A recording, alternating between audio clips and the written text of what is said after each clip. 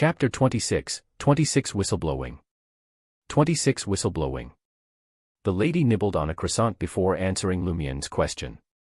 I do. She really knows. Lumien's heart leapt with hope. He deliberated over his words before asking, using honorifics to show his respect, may I offer to pay a certain price to commission your help in solving Corda's problem? From his point of view, this mysterious lady woman was much stronger than Leah and her companions. If she agreed to help, the problem with Corda would be solved, and he and his sister wouldn't have to risk their lives to escape. But he was worried that he couldn't afford the price. Lumien wasn't optimistic that the woman would agree to help. But he felt it was necessary to try. Even if he was rejected, he wouldn't be too embarrassed. He was not a stickler for such things.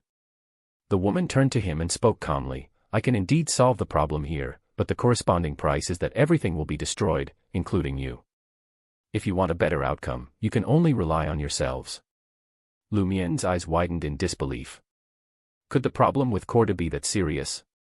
He searched the woman's face for any sign of jest, but found none. He wasn't surprised or disappointed that she refused to help. What shocked him was the severity of the problem. It could even lead to the destruction of the entire village. He was puzzled and alarmed by the situation. Since she can resolve it, why is it that the entire village will die, while us ordinary people and beyonders who aren't strong enough capable of producing a better outcome? If he didn't hear back from Novel Weekly by the day after tomorrow, he would urge his sister to leave Corda immediately. He couldn't delay any longer even if it meant taking a huge risk. He had to act fast. What's the problem? Lumien pressed, his dignity never a priority. The lady smiled. Me telling you and you finding out through your investigations will give rise to completely different results. Lumien gritted his teeth instinctively. He didn't stand her behavior of always holding back something. For some reason, he sensed that peculiar feeling in the woman's eyes, something he couldn't quite put his finger on. Okay. Lumien paused for a moment, weighing his words carefully. Do you have any information about Madame Pualis? Is she a warlock, a beyonder? The woman lifted her coffee cup to her lips and took a small sip before answering, yes, she is. Indeed. Lumien asked further, what pathway, which sequence? The lady's expression turned serious in an instant. It's not a normal pathway. What do you mean it's not a normal pathway? He pressed. The lady smiled. You'll find out later. I want to know now. Lumien struggled to keep his expression in check. Already standing and about to leave, Lumien suddenly remembered something crucial. Madam, how am I supposed to bring those supplementary ingredients into the dream? In the dream ruins, he could only find basic ingredients like red wine and basil in the dream ruins, but for the red chestnut flower and poplar leaf, he would have to collect them in reality. The task wasn't impossible, and Lumien had already thought of a way to borrow them, but he knew it would all be for naught if he couldn't transfer them to his dream. The lady smiled and said, I'll offer you a little assistance again, free of charge. Find those materials in reality, put them on the table in your bedroom before you sleep. I'll help you send them into your dream. She can send those things into my dream. Lumien was first shocked before feeling a wave of relief wash over him. At least his problem was solved. He never thought he'd encounter someone else with the ability to enter the special dream world like he could. Lumien couldn't shake the feeling that his ability to enter dream ruins had something to do with the cryptic symbols etched onto his chest. As he gazed at the woman before him, he couldn't help but wonder if she was connected to those same markings or that bizarre and terrifying voice that had been echoing in his mind. Lumien had just left the OL tavern and had plans to collect the red chestnut flower and poplar leaves. But as he turned the corner, he saw Ryan, Leah, and Valentine exiting the back door of the tavern. They were still dressed in the same clothes and outfits. Lumien's heart skipped a beat as he greeted them with a smile. Good morning, my cabbages. Leah turned her head and laughed amidst the tinkling sounds. You're early, too. Lumien tried to act sneaky and looked around before speaking in a hushed tone. I noticed something unusual yesterday. Ryan's expression turned serious as he exchanged glances with Valentine and Leah. What is it? Lumien's voice quivered slightly as he spoke. I suspect that Naroka's death is abnormal. You attended her funeral yesterday. Ryan gave Lumien an encouraging look to continue, and Lumian took a deep breath before proceeding with his suspicions. I told you about the funeral customs in the Darij area, didn't I? After everyone went to the cemetery, Pons Benet entered Naroka's house without any objection from the owner. Isn't this destroying the influence of their family's horoscope and taking away the corresponding good luck? There must be something wrong. Pons Benet, the brother of the padre. Ryan thought for a few seconds and asked. Lumian nodded heavily. As Lumian thought about the padre's strange group and his impending departure from Cordu, he realized he had nothing to fear from speaking his mind. With a deep breath, he declared, the padre is not a good man. Why do you say that? Leah asked with a grin, clearly unsurprised by Lumian's criticism of the padre. Not one for formalities, Lumian launched into a detailed account of a villager who had snitched in Darij and subsequently vanished. His focus was on the accusations against the padre, and he held nothing back. Finally, he said, I really question how he's a clergyman of the church. One time, I said something that was deemed too real, and I had to hide temporarily in the cathedral. I was about to doze off behind the altar when the padre walked in with Madame Pualis. And let me tell you, they were doing the dirty deed right under the deity's gaze. In the conversation that followed the deed, the padre even lamented to Madame Pualis, saying, why can't a man marry his sister? Madame Pualis was appalled by his words and begged the padre to repent. However, the padre said, many wealthy families lose their fortunes when their daughters marry and their sons start families. But if a son could marry his sister, these problems would disappear. Unfortunately, the law and morals don't allow it. The frigid Valentine's face contorted with anger at the news. Is he a servant of God or a servant of the demon? Ryan nodded as if in thought. No wonder Pons Benet hasn't been able to start a family despite being married after all these years. Leah surveyed Lumian as she chuckled. You knew about Madame Pualis and the padre's affair. You wanted to use us that day. Lumian's smile was uneasy, but his tone was resolute. As a believer of the eternal blazing sun, I cannot tolerate such a person in the cathedral. The cold Valentine's expression softened, and he nodded approvingly. If only Cordu had more people like you. A few more like me. Lumian shuddered at the thought of Cordu overrun with more people like him. He continued, that time, I overheard the padre warning Madame Pualis that he was planning something and might be targeted by the Inquisition. He told her to be careful and keep quiet. Ryan's expression turned solemn. Did he say anything more about it? No, Lumian didn't fabricate the matter. He couldn't risk saying more than that. If he did, trouble could erupt tonight. He wasn't even a Beyonder yet. After bidding farewell to the trio of foreigners, Lumian spent hours gathering red chestnut flowers and poplar leaves. As the sun neared its apex, Lumian arrived at the village square and made his way to the two-story building where official business was conducted. Most of the villagers had already gathered, eagerly awaiting the selection of the spring elf, an important part of the upcoming Lenten celebration tomorrow. Squeezing through the crowd, Lumian spotted Raimund, Ava, and the others. Is Ava on the list? He asked. Ava remained silent, her agitation palpable. Raimund shook his head.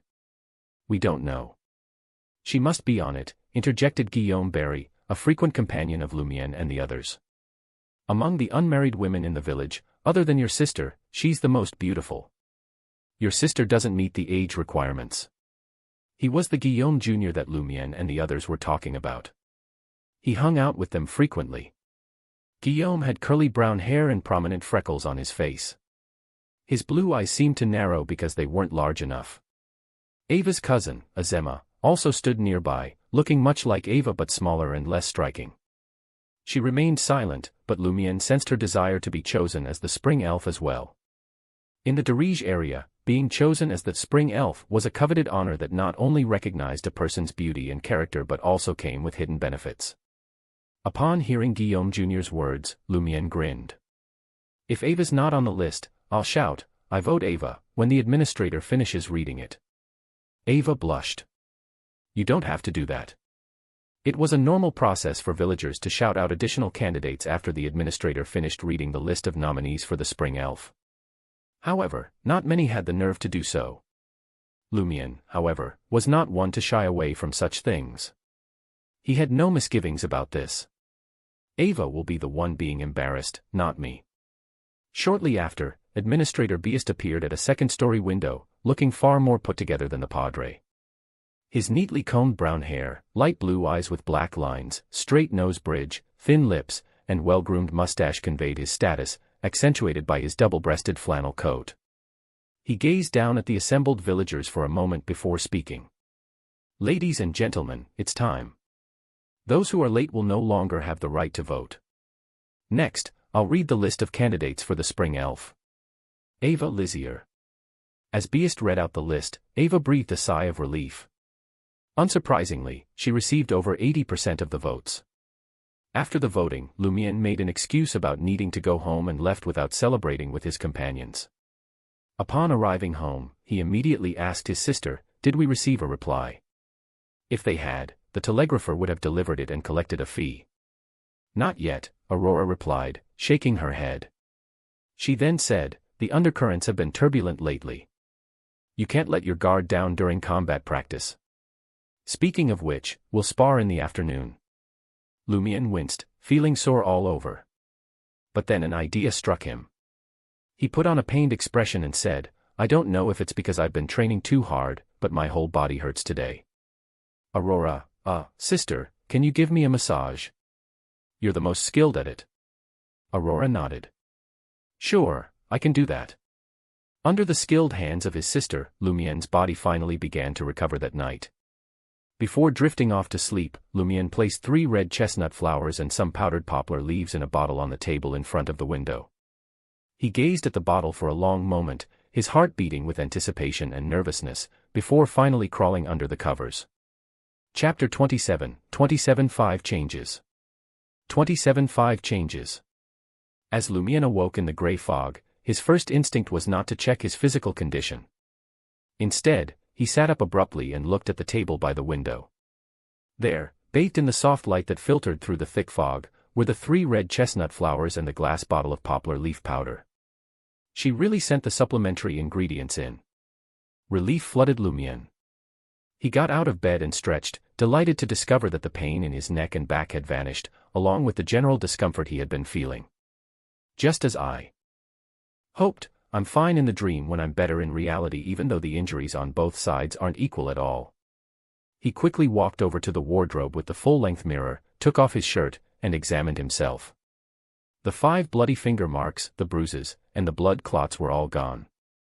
This made Lumien wonder if killing the Beyonder monster had been nothing more than a dream. Thankfully, the crimson object in the cloth bag, the slightly larger sum of money, and the shotgun next to his bed confirmed the reality of his experience. Lumien's heart eased. With the cloth bag containing the crimson item and a large amount of money, he left the bedroom and went straight to the first floor. Grabbing a bottle of red wine and a beer mug, he headed back up with some basil. He made sure to bring along a measuring cylinder and miniature scale that his sister Aurora had purchased for him. Looking at the desk filled with all the necessary items, Lumien felt both excited and nervous. With everything in place, all that remained was to concoct the potion. Potions were not beverages. They were more dangerous than alcohol, capable of killing or transforming the drinker into a monster with the slightest mistake. Lumien took a deep breath and exhaled slowly, his hands steady as he used the measuring cylinder to pour 80 milliliters of red wine into the beer mug. Next, he added 10 grams of basil, 5 grams of poplar leaf powder, and a single red chestnut flower. The process proceeded without incident. The red liquid in the mug had a few more dregs and a floating flower, but otherwise looked unremarkable. With the cloth bag of crimson substance at his side, Lumien watched intently as the object slid into the beer mug. Without a sound, the dark red blob seemed to dissolve rapidly, drawing in the surrounding liquid in the process. Bubbles erupted, and the entire mug turned a deep shade of red. The red chestnut flower had dissolved completely. "This is the hunter potion." Lumien gulped and picked up his beer mug. The supernatural power he had sought for so long was finally within his grasp. Without hesitation, he took a deep breath and steeled himself for what was to come. Raising the mug to his lips, he drank the potion in one swift gulp. The pungent odor of blood filled his nostrils, and he started hearing things. As he set the mug down, a searing pain ripped through his body. So intense that Lumien wondered if he had swallowed a ball of fire. The flames seemed to burn through his esophagus, stomach, heart, lungs, intestines, and blood vessels all at once. At the same time, a strong scent of blood wafted up from his throat. Lumian fought to remain conscious, remembering the lady's warning that fainting would mean defeat. He knew the stakes were high, and the outcome was obvious if he failed. His head swam as he lowered it, gazing at the bright red veins protruding from the back of his hand. The pain and burning came in waves, but they quickly began to recede. But just as he thought it was over, a mysterious voice echoed in his mind, as if coming from both infinitely far away and right beside him. The sound was like steel thorns piercing his brain, stirring it forcefully. Suddenly, the near-death experience he had faced before returned, and the pain and burning flared up once more. Lumian gritted his teeth and clenched his fists, feeling as though something was trying to claw its way out of his flesh. The gray fog around him seemed to thicken. The terrifying sound that had filled his ears slowly faded away, and the writhing of his flesh and blood vanished like an illusion.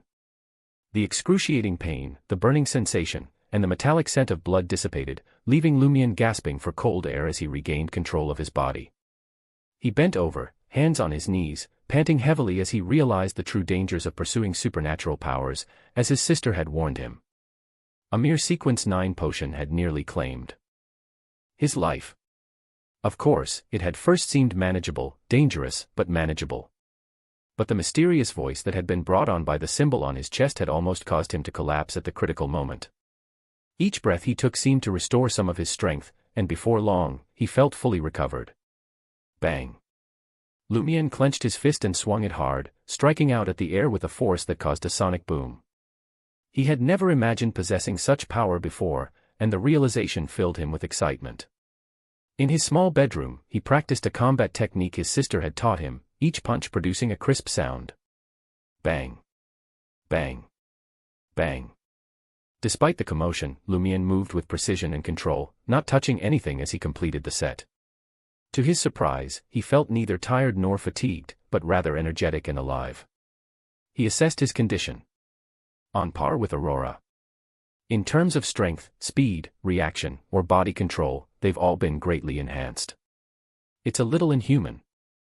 I possess the strength of a bear and the agility of a cat. It's slightly equivalent to the combination of the two. Without the potion, I might never be able to reach this level of power in my life. But before he could finish his inspection, Lumian caught the scent of blood, his heart tightening with fear. Instinctively, he sniffed the air and realized that he could determine the source of the blood. It came from his body. Lumian looked down and saw that the back of his hand was covered in blood-red spots. He came to the full-body mirror again and realized that his face was similarly stained. He wiped some of the blood away, but found no sign of any wounds. After a moment's thought, Lumian came to a realization. Did the potion cause the capillaries Aurora talked about to burst? And then they quickly healed after I absorbed the potion.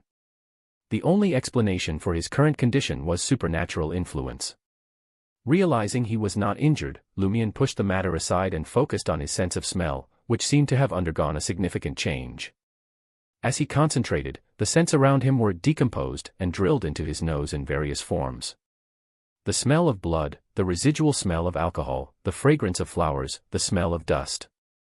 Lumian began identifying the scents around him one by one, even the slightest ones not escaping his heightened senses. Simultaneously, he saw invisible footprints and the distribution of dust in the bedroom, heard the beating of his own heart and the breeze outside the house. The second change is that my sensory abilities have increased exponentially, surpassing the standards of ordinary humans. No wonder the monster he had encountered was so skilled at tracking. Lumian was delighted. More importantly, this improvement did not interfere with his daily life and only appeared when he focused. It only took the form of a weaker version. Through experimentation and self-examination, Lumian discovered two other changes brought on by the Hunter potion. The third change allows me to accurately locate certain points in his environment, such as weak spots in a wall, enabling me to set traps more efficiently and kill my enemies, be they humans, beasts, or monsters, more effectively. The fourth change is that I have more knowledge about wild plants and animal organs, allowing me to survive better in the wilderness and quickly find hemostatic medicine when injured. I can even make poison to smear on weapons if needed. As he confirmed these newfound abilities, Lumian couldn't help but feel a sense of absurdity. I actually managed to kill that shotgun monster. The current me is much stronger than the previous me, and it was not much weaker than the current me. Lumian contemplated for a while and concluded two crucial points. Ability is important, but brains are equally important. Exploiting a good environment can effectively increase my strength. After some thought, Lumian added inwardly, also, I can't be careless and lose my patience at any time. He walked to the window and gazed at the dream ruins again.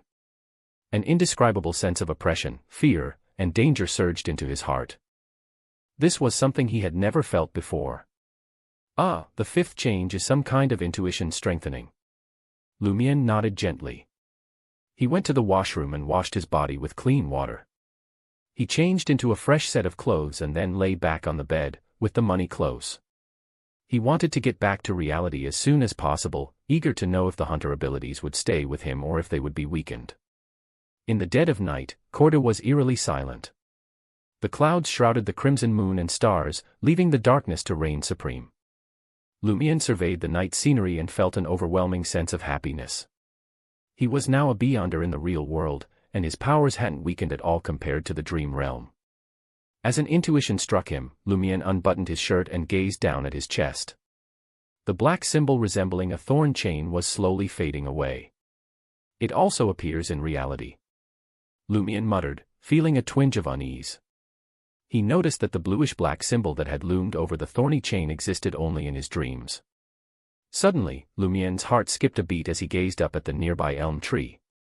The legendary owl of the warlock was perched on a branch, observing him quietly. Chapter 28, 28 Laws. 28 Laws. The brownish-yellow eyes of the owl glowed in the dark, fixating on Lumian as it perched on the branch. Lumian was no longer as intimidated as he was during their previous encounters. He yelled, "What you looking at? Say something if you dare." Lumian didn't have to provoke the owl, but he hoped it would reveal the owl's true motive. He couldn't bear the thought of the creature lurking around and staring at him in the dead of night. To his surprise, the owl remained silent and didn't make a sound. After a few tense seconds, the owl spread its wings and flew off into the darkness. Crazy. Lumian let out a frustrated curse, but he didn't dare let his guard down. Lumian remained focused on scrutinizing the dark shadows outside, trying to detect any signs of danger. He recalled that the last time the owl had appeared, he had seen Naroka's figure and learned of her death the following day. I wonder if something similar will happen this time. But after careful observation, he didn't notice anything abnormal and breathed a sigh of relief. He drew the curtains and lay back on the bed. In the deep darkness, Lumian opened his eyes, contemplating his next move. I wonder what this owl is trying to do. It's acting so strange and mysterious. It shouldn't be up to anything good. Whatever. With the situation in the village, I have to leave with Aurora as soon as possible. I don't believe that it can follow us to Trier. If I don't receive a reply tomorrow, we'll leave Corda the morning after tomorrow. If there's a reply, we can leave Corda openly from the village entrance. If not, we'll have to improvise. It's Lent tomorrow, and everyone will still be celebrating the day after tomorrow, so we won't attract too much attention. Aurora can borrow Madame Puali's pony and spend some time in the nearby alpine pastures. We don't need to go down the mountain, so it shouldn't attract the investigators' attention. When the time comes, we can use a dangerous trail to leave the mountain. The path is treacherous, with several broken parts in the middle. Even the shepherds don't think it's passable. However, with my newfound abilities and Aurora's witchcraft, allowing her to fly a distance, she'll have it easier than me. There's a good chance we can hoodwink the investigators. Becoming a hunter had allowed him to do what was previously impossible. It gave Lumian a newfound sense of confidence, allowing him to quickly formulate a plan. His heart became more certain, and he slept soundly. The next morning, Lumian rose early and got to work in the kitchen. His thoughts turned to how he had become a beyonder and how he was about to leave the abnormal village of Corda with his sister. Lumian's mood brightened, and he even found himself eager to hum a tune. When Aurora came downstairs, there were already 2 bowls of minced meat noodles on the table. "How did you know I was about to get up?" she asked, pleased. "I started cooking noodles when I heard movement in the washroom." Lumian grinned, inwardly noting, "You are always in a groggy state after waking up. How don't you realize this?" Aurora nodded. As she sat at the dining table, she casually asked, "That all flew over again in the middle of the night?" "That's right." Lumian knew that his sister had discovered him looking out the window, so the owl's appearance had been a fortunate distraction. Otherwise, he wasn't sure how to explain himself. He couldn't risk telling Aurora about his newfound Beyonder abilities just yet, as he would be given a dressing down by her. However, Lumian planned to divulge the truth to his sister sooner than later. He wanted to avoid Aurora from having considerations that might hinder their escape. He planned to tell his sister about this the day after tomorrow when they escaped from Corda to prevent her from diverting her attention to take care of him. By then, she wouldn't have the time to give him a dressing down. Aurora furrowed her brow in confusion. What a strange owl. She was still trying to decipher the bird's true intentions. All it did was come over to take a look. Lumian slurped up the last of his noodles, then turned to his sister. "If there's a reply, we'll leave Corda this evening and take the usual path down the mountain. If not, borrow a pony from Madame Puali's tomorrow morning and we'll head to the nearest alpine ranch. I know of a trail that leads down the mountain, and the investigators won't be aware of it." Aurora fiddled with her hair, deep in thought.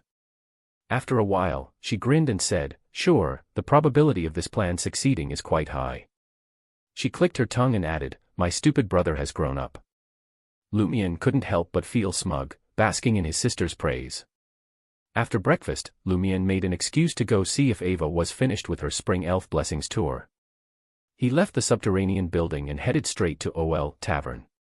As a newly minted Beyonder, Lumian was eager to gain more knowledge, and the lady had promised to share some with him. Not far from the tavern, Lumian spotted an old acquaintance walking towards him. It was Pons Benet, the younger brother of the local padre. "He's alone." Lumian couldn't help but smile at the thought of how he had been chased by Pons and his thugs in the past. Having just obtained supernatural powers, he was already eager to test out his new supernatural powers. "Hey, my illegitimate son," Lumian greeted him. "How dare you go out alone without Daddy's permission?" Lumian hoped to provoke Pons and goad him into a fight instead of letting him run. Pons Benet looked in the direction of the voice and saw him. The villain's expression changed slightly. He turned to run away. Thud. Thud. Thud. Lumian watched in disbelief as Pons sprinted away, disappearing at the intersection not far away. He sure ran fast. Quite an alert one. Lumian sighed silently. He knew, without a shadow of a doubt, that he could take down Pons Benet in a one-on-one scrap, even before he ascended to Beyonder status. But it seemed likely that Pons Benet had the same notion. The two of them had never properly thrown down, but they both had confidence in their own abilities. So, it caught him off guard when Pons Benet bolted the second he caught sight of him today, like he'd come face to face with a bloodthirsty beast. "It's impossible for him to know that I secretly became a Beyonder last night. Is he so dense that he's developed animal instincts and can sniff out danger?" Lumian slandered Pons Benet in his heart. He refrained from pursuing Pons Benet because he regretted the moment he greeted him. The village was riddled with aberrations, and the situation was perilous. Lumian knew better than to stir the pot before he left. If he had pummeled Pons Benet, the padre and his goons might spring into action prematurely, thus jeopardizing his and Aurora's escape. It would be too late for regrets when that happened. Furthermore, the padre's group was an enigma, and there could be something off about Pons Benet. Lumian suspected that if he engaged in fisticuffs with him, his Beyonder identity would be exposed, and that would spell trouble in the future. Being a Beyonder has made me too haughty and overconfident. I need to rein myself in, Lumian mused, reflecting on his behavior, as he entered OL Tavern. He had intended to head straight to the second floor, but his eyes landed on the lady seated in the corner. Today, the lady was garbed in a pearl gray dress and a light-colored lady's bonnet. Lumian noticed that there wasn't any food in front of her. "Have you had breakfast?" he asked, taking a seat opposite her. The lady replied nonchalantly, "Not yet. I'm meeting someone here, and I'm still waiting for her." "Her? Not me." Lumian scanned the area but saw no one else except the tavern owner. He looked at the lady again and sincerely said, "I've become a hunter. It's time for you to keep your promise and give me more common knowledge." The lady wasn't surprised at all. She remarked with a smile, "It seems you're in pretty good shape." She spoke in a voice that sounded almost otherworldly. What you need to master now are 2 laws and 1 method. Why does it feel like I'm studying physics? Lumian didn't dare speak his thoughts aloud. The lady continued to speak. For most Beyonders, this knowledge is incredibly valuable. They'd trade everything they have just to acquire it. But for you, fate has brought you here, and so I'll give it to you for free. Free things often come at the most hefty price. How will I pay the price? Lumian felt a weight settle on his shoulders. Ever since he became a hunter, his intuition and observation skills had improved significantly. He could sense a strange, indescribable emotion in the lady's eyes, much stronger than before, but he still couldn't put a finger on what it was. The lady straightened up. All supernatural powers come from the oldest one, the Creator. As a believer of the eternal blazing sun, you should know that his eyes became the sun. Yes. Lumian had heard the Padre's sermons about it before. That's a symbolic description, the lady clarified. In essence, the oldest one created this world and many deities. Eventually, he disintegrated himself and split into Beyonder characteristics of different pathways. So that's why they're called the paths of the divine. Lumian connected the dots. The lady nodded slightly. Yes, every pathway sequence 0 is equivalent to a true god. For instance, the barred pathway sequence 0 is known as the sun, which is also the eternal blazing sun you believe in. Lumian was surprised and a little apprehensive. So every Beyonder can become a god in the end. If he were a devout believer of the eternal blazing sun, he would have accused the lady of blasphemy. But he wasn't that kind of person. He was just a casual believer who didn't give it much thought. He even asked, "What's the hunter pathway sequence 0? And what about the mystery prior pathway? Didn't I already tell you? It's the Red Priest, and the position is currently vacant," the lady replied with a chuckle. As for the mystery prior pathway, the sequence 0 is known as the Hermit, and it's currently occupied by an evil god called the Hidden Sage. He likes to impart knowledge to Beyonders of the same pathway, earning him the nickname, Knowledge Pursuer. Your sister's troubles stem from him. Is that so? Lumian felt a twinge of dislike towards the Hidden Sage. The woman redirected the conversation. Since Beyonder characteristics come from the oldest one, they won't disappear or increase. They only transform from one form to another, moving from one object to another. This is known as the law of Beyonder characteristics. Indestructibility or the law of conservation.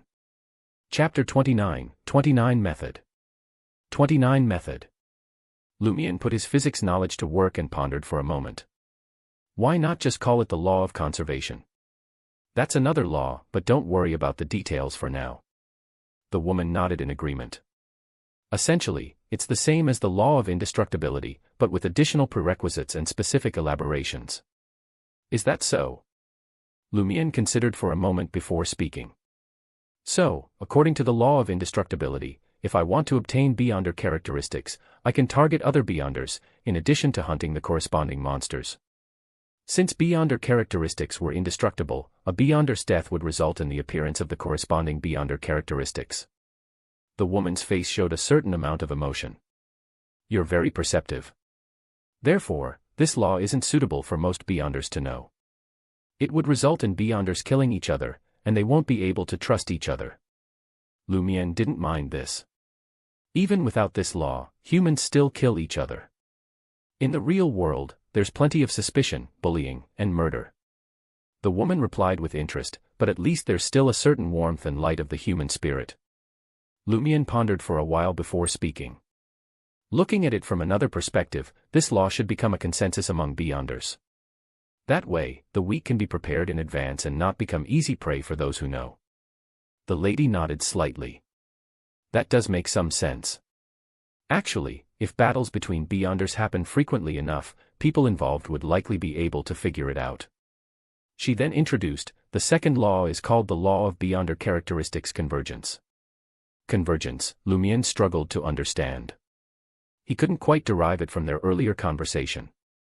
The woman's expression turned serious. As the creator of this world, even if the oldest one splits into Beyonder characteristics of different pathways, it doesn't mean that he has completely withdrawn from the stage. His mind is scattered among the different Beyonder characteristics and will never be obliterated unless this world completely perishes.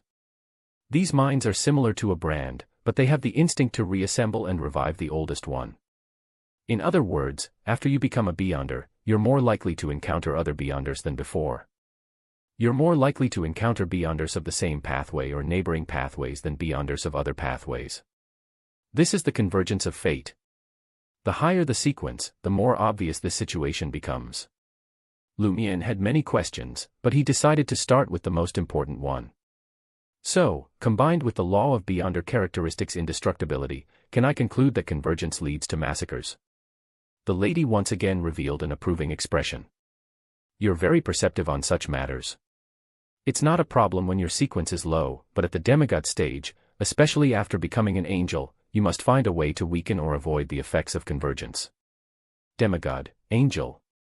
Lumian was surprised and intrigued upon hearing these terms, even though he knew that every sequence could eventually become a true god. The lady casually explained, demigod is a term for Beyonders from sequence 4 to sequence 1, meaning half god, half human. Among them, sequence 4 and sequence 3 are known as saints, while sequence 2 and sequence 1 are called angels. There are other names beyond that, but it's best if you not know them for now. Saints. Angels. Lumian thought of the saints and angels from different regions. They were real. The remains of a saint are the corpses of saints. There are Beyonder characteristics left behind.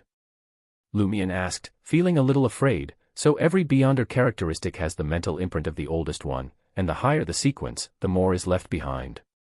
Wouldn't the person who consumes the potion be affected in other ways?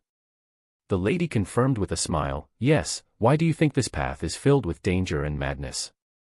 Losing control is one of the main reasons why consuming a potion can be so dangerous.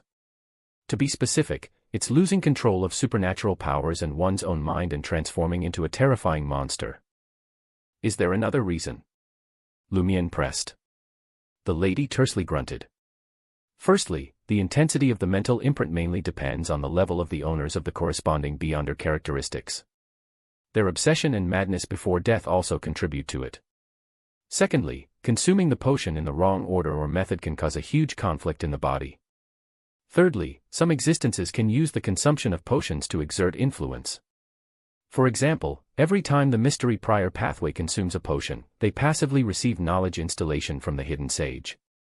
Similar to the voice I heard after drinking the hunter potion. Lumian deliberated for a moment before recounting his encounter truthfully. Which entity's influence is that? The next second, he saw the expression of the lady opposite him become a little odd. She said solemnly, some existences can corrupt and take control of you just by knowing of their existence. Unfortunately, the owner of that voice is one such existence. It's not suitable for you to know their honorific name at the moment. Lumian's mind raced with thoughts. That horrifying. A sequence 0 true god. But most people in Intis and I know about the eternal blazing sun and the god of steam and machinery. There's nothing wrong with them. Could there be a difference between a true god and an evil god? But she mentioned the hidden sage, who is also a sequence 0. Is it possible she doesn't know who it is and is using vague terms to mask her ignorance? He gave up on the topic, considering his own strength, and asked about another intriguing term. What is a neighboring pathway? The woman's expression returned to normal as she explained, under normal circumstances, if you choose a pathway and consume the corresponding potion, you can only go down that path one step at a time. Otherwise, you will definitely lose control, or at the very least, half lose control. However, there are always exceptions. Every pathway has one or more neighboring pathways. You can jump over at a specific sequence, such as sequence 4, which divides between humans and demigods. Hunter's neighboring pathway is Assassin. Assassin. Sounds cooler than Hunter. Lumian asked with concern, which pathways neighbor Mystery Prior? Will one no longer be affected by the hidden sage after jumping to a neighboring pathway? The Savant pathway. The current sequence 0 is the god of steam and machinery, the woman replied calmly. After jumping over, one will still be affected by the hidden sage, but the degree will decrease significantly. However, the corresponding Beyonder characteristics still exist unless one finds a way to expel them. How? Lumian asked, surprised. The easiest way is to have children. In mysticism, there's a high chance of transferring the corresponding Beyonder characteristics to a child through heredity, the woman explained. Alternatively, you can use the special abilities of certain pathways, but there's a certain risk, and you have to pay a considerable price. Lumion nodded before raising another question. Can I switch only at a particular sequence? The chances of reaching sequence 4 and becoming a demigod were slim. The lady glanced at him. In theory, it's possible to switch at a lower sequence, but the risk of losing control is much higher. Unless there's no other way, it's best not to attempt it. The woman paused before saying, I've finished explaining the 2 laws. Now, I'll explain the method. This is one of the most important pieces of knowledge in the mystical world. Most important. Lumion instinctively straightened his back, feeling abnormally focused. The lady continued to speak. It's called the acting method. It's a way to help you digest the potion. By digesting the potion, the risk of losing control will be greatly reduced when consuming the next sequence potion. It's no wonder I can't drink the sequence 9 potion today and drink the sequence 8 potion tomorrow. I have to use the acting method to digest the previous potion. Lumion came to a realization. He did not interrupt her and listened attentively to her explanation. Remember, it's digestion, not control. What's the acting method? It involves acting according to the name of a sequence like an actor. By reconciling the differences between one's body and the remnant mental imprints of the Beyonder characteristics, one can obtain the corresponding recognition. This allows them to bypass the barrier that originally existed and fuse the Beyonder characteristics with themselves. So, I have to act like a hunter and hunt in the mountains every day? Lumion asked attentively. Lumion appeared as attentive as a student. The lady shook her head. That's just the most superficial form of acting. We not only have to understand the surface meaning of a sequence's name, but we also have to investigate its deeper meaning. For example, the city is also a jungle. Everyone is both prey and hunter. I'm familiar with this. Lumion was already familiar with this concept, which he had learned during his days as a vagrant. How can you be sure that you have digested the potion and can advance to the next sequence? Lumion asked curiously. The lady smiled. You will sense it when the potion is truly digested. All right. Lumion didn't continue the topic and asked in puzzlement, who named the different sequences? Why could he digest the potion just by acting them out? The lady's expression turned serious. The earliest sequence divisions came from the remnants of the oldest one splintering. It was a stone slab filled with mystical knowledge. As it involves the secret of becoming a deity, it's called the blasphemy slate. In ancient times, during the end of the second epoch and the entire third epoch, a powerful deity close to the oldest one appeared. He was called the ancient sun god. After he perished, a second blasphemy slate was born from his remains. All the current sequence names and potion formulas came from it. That's not the second and third epoch history I learned. Lumion muttered inwardly. The lady continued to speak. When Emperor Roselle was alive, he used the second blasphemy slate as a reference to create a cards of blasphemy set based on tarot cards. There are a total of 22 cards, and each card represents a pathway of the divine. Lumion was astonished. Emperor Roselle is also a Beyonder. As an ordinary Intision, it was difficult for him not to feel a certain amount of admiration for Emperor Roselle. The woman laughed. Otherwise? Lumion asked, was he powerful? Almost a deity, the lady said concisely. That amazing. Lumion was stunned but felt that it was only right. He thought for a moment and said, then, wouldn't the diary left behind by Emperor Roselle be very valuable? The lady nodded. Yes, but there are very, very few people who can decipher those strange writings. Lumion fell into deep thought. Aurora seems to have some of Emperor Roselle's diary transcripts in her collection. She seems to be able to decipher them. Could it be that a portion of her strength comes from there? Chapter 30, 30 Lent begins. 30 Lent begins. The woman turned her head to look out of OL Tavern's window. It's about time. I'll end this with giving you some pointers. Based on the law of Beyonder characteristics indestructibility, we know that humans and Beyonder characteristics combine to become Beyonders. Similarly, creatures and Beyonder characteristics combine to become Beyonder creatures. But what about items that combine with Beyonder characteristics? She asked, not giving Lumion a chance to answer. They are called mystical items. As items don't have will, spirit, and self-control, coupled with the combined effects of other factors, after they fuse with beyonder characteristics, they will not only display corresponding special abilities but also bring about very strong negative effects. The various churches tend to seal them and use suitable methods to activate them when needed. This is why mystical items are also called sealed artifacts.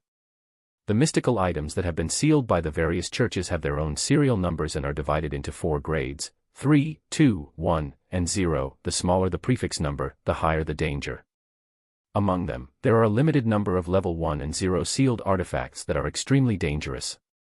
The serial numbers are common to the various churches and won't be repeated. Lumion muttered, "Level 0 sealed artifacts." Lumion had a deep impression that Sequence 0 was equivalent to a true god.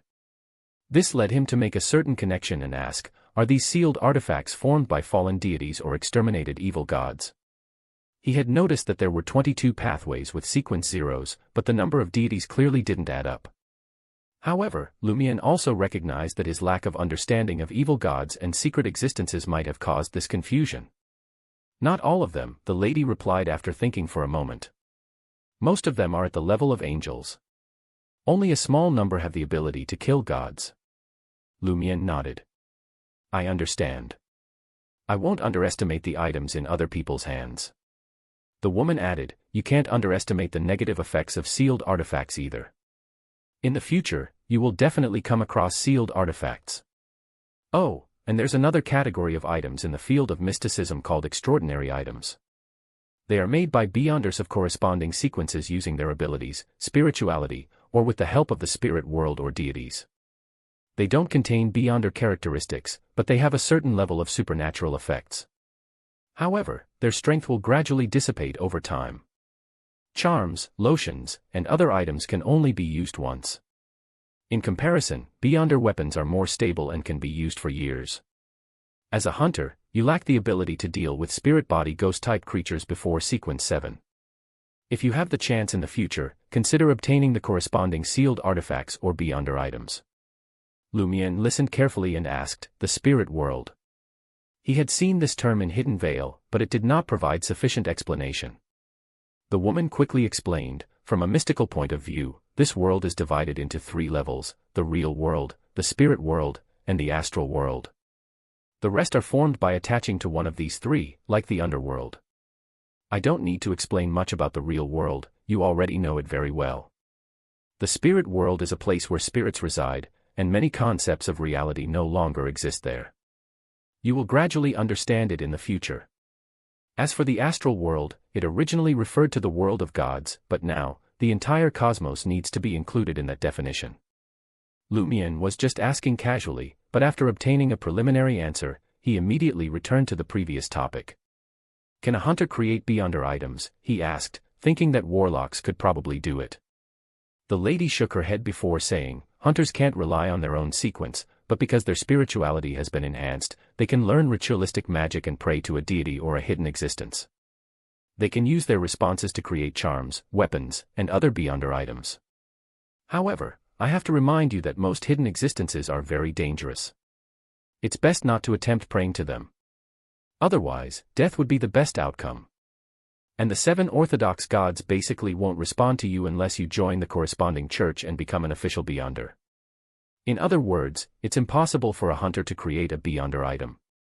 Lumion asked, feeling somewhat disappointed. The lady smiled and said, not really. On the one hand, you can use the blood and saliva of certain beyonder creatures to create poisonous weapons. In a sense, this can be considered a beyonder item. On the other hand, after you unlock the secret of the dream, I'll tell you the honorific name of a great existence. You can pray to him. Lumion was shocked and suspicious. This was the first time she had used the word great as an adjective. He had never heard her use it to describe the eternal blazing sun or the hidden sage. Who could this great existence be? Was it safe to pray to him? The more he learned about mysticism, the more he realized how little he knew. Lumion tersely acknowledged her answer and asked, what are the corresponding sequences 8 and 7 for hunters?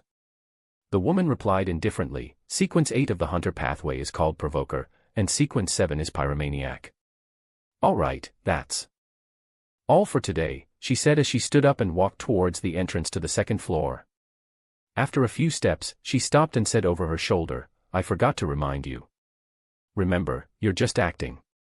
Just acting. Lumion mulled over her words and thoughtfully asked, "What if you take the role seriously? You will become less and less like yourself until one day." The woman smiled and closed her mouth before turning around, walking to the stairs, and disappearing. She didn't finish her sentence again. Lumion muttered silently. He sensed that forgetting he was only acting would have serious consequences. Lumion sat quietly in a corner of Ol Tavern, reviewing the general knowledge the woman had just taught him to prevent forgetting anything. The more he thought about it, the more he realized the importance of the two laws and one method. They are like the main framework of mysticism. Everything else is derived from them. I wonder if Aurora knows. After leaving Cordu, I'll discuss this problem with her. I wonder if that lady will allow me to inform Aurora of all these directly. As Lumion left Ol Tavern, he looked back and muttered to himself, "Why haven't those three foreigners taken action yet? It's already Lent today."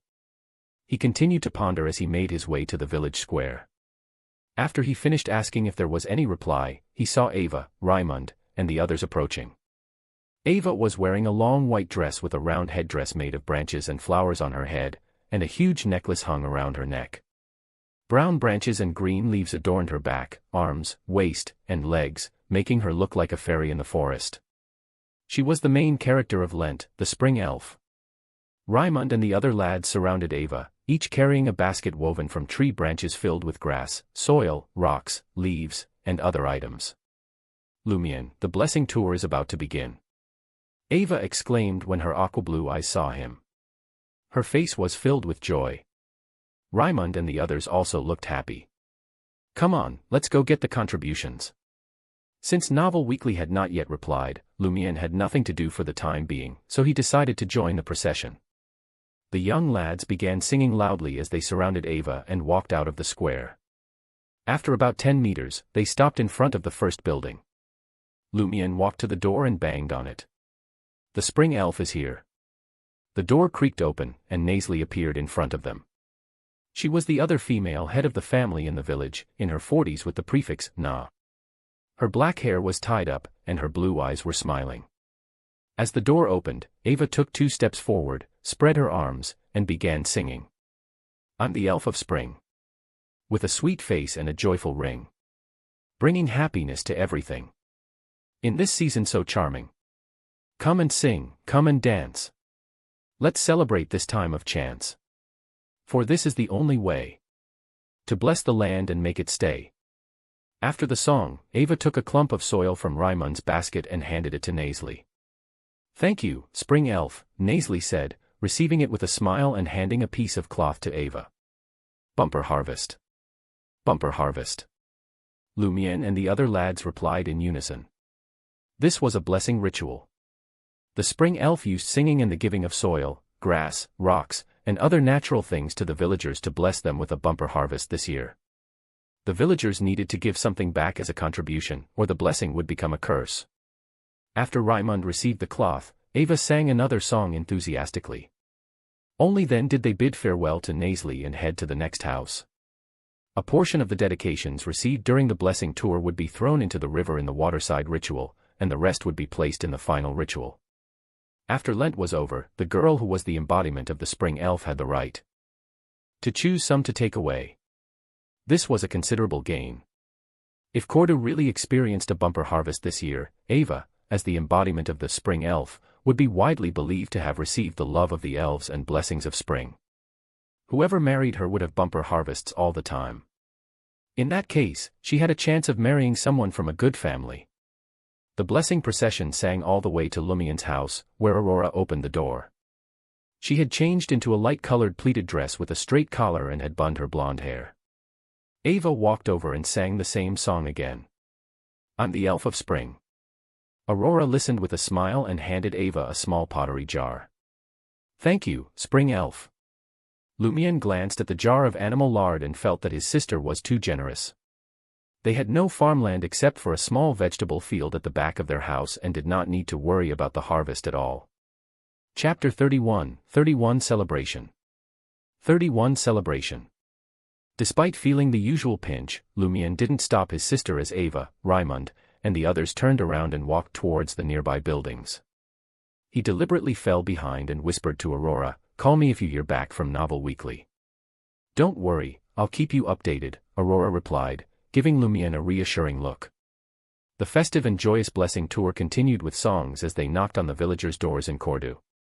Finally, they arrived at the administrator's residence, which was modified from a castle from the Sauron royal era.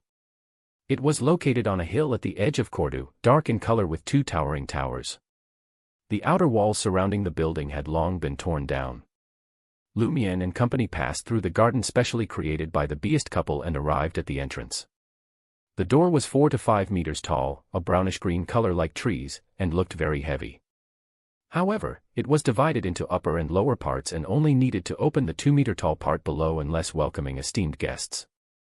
The spring elf was the embodiment of spring and the messenger of the harvest, so she deserved the most honorable treatment.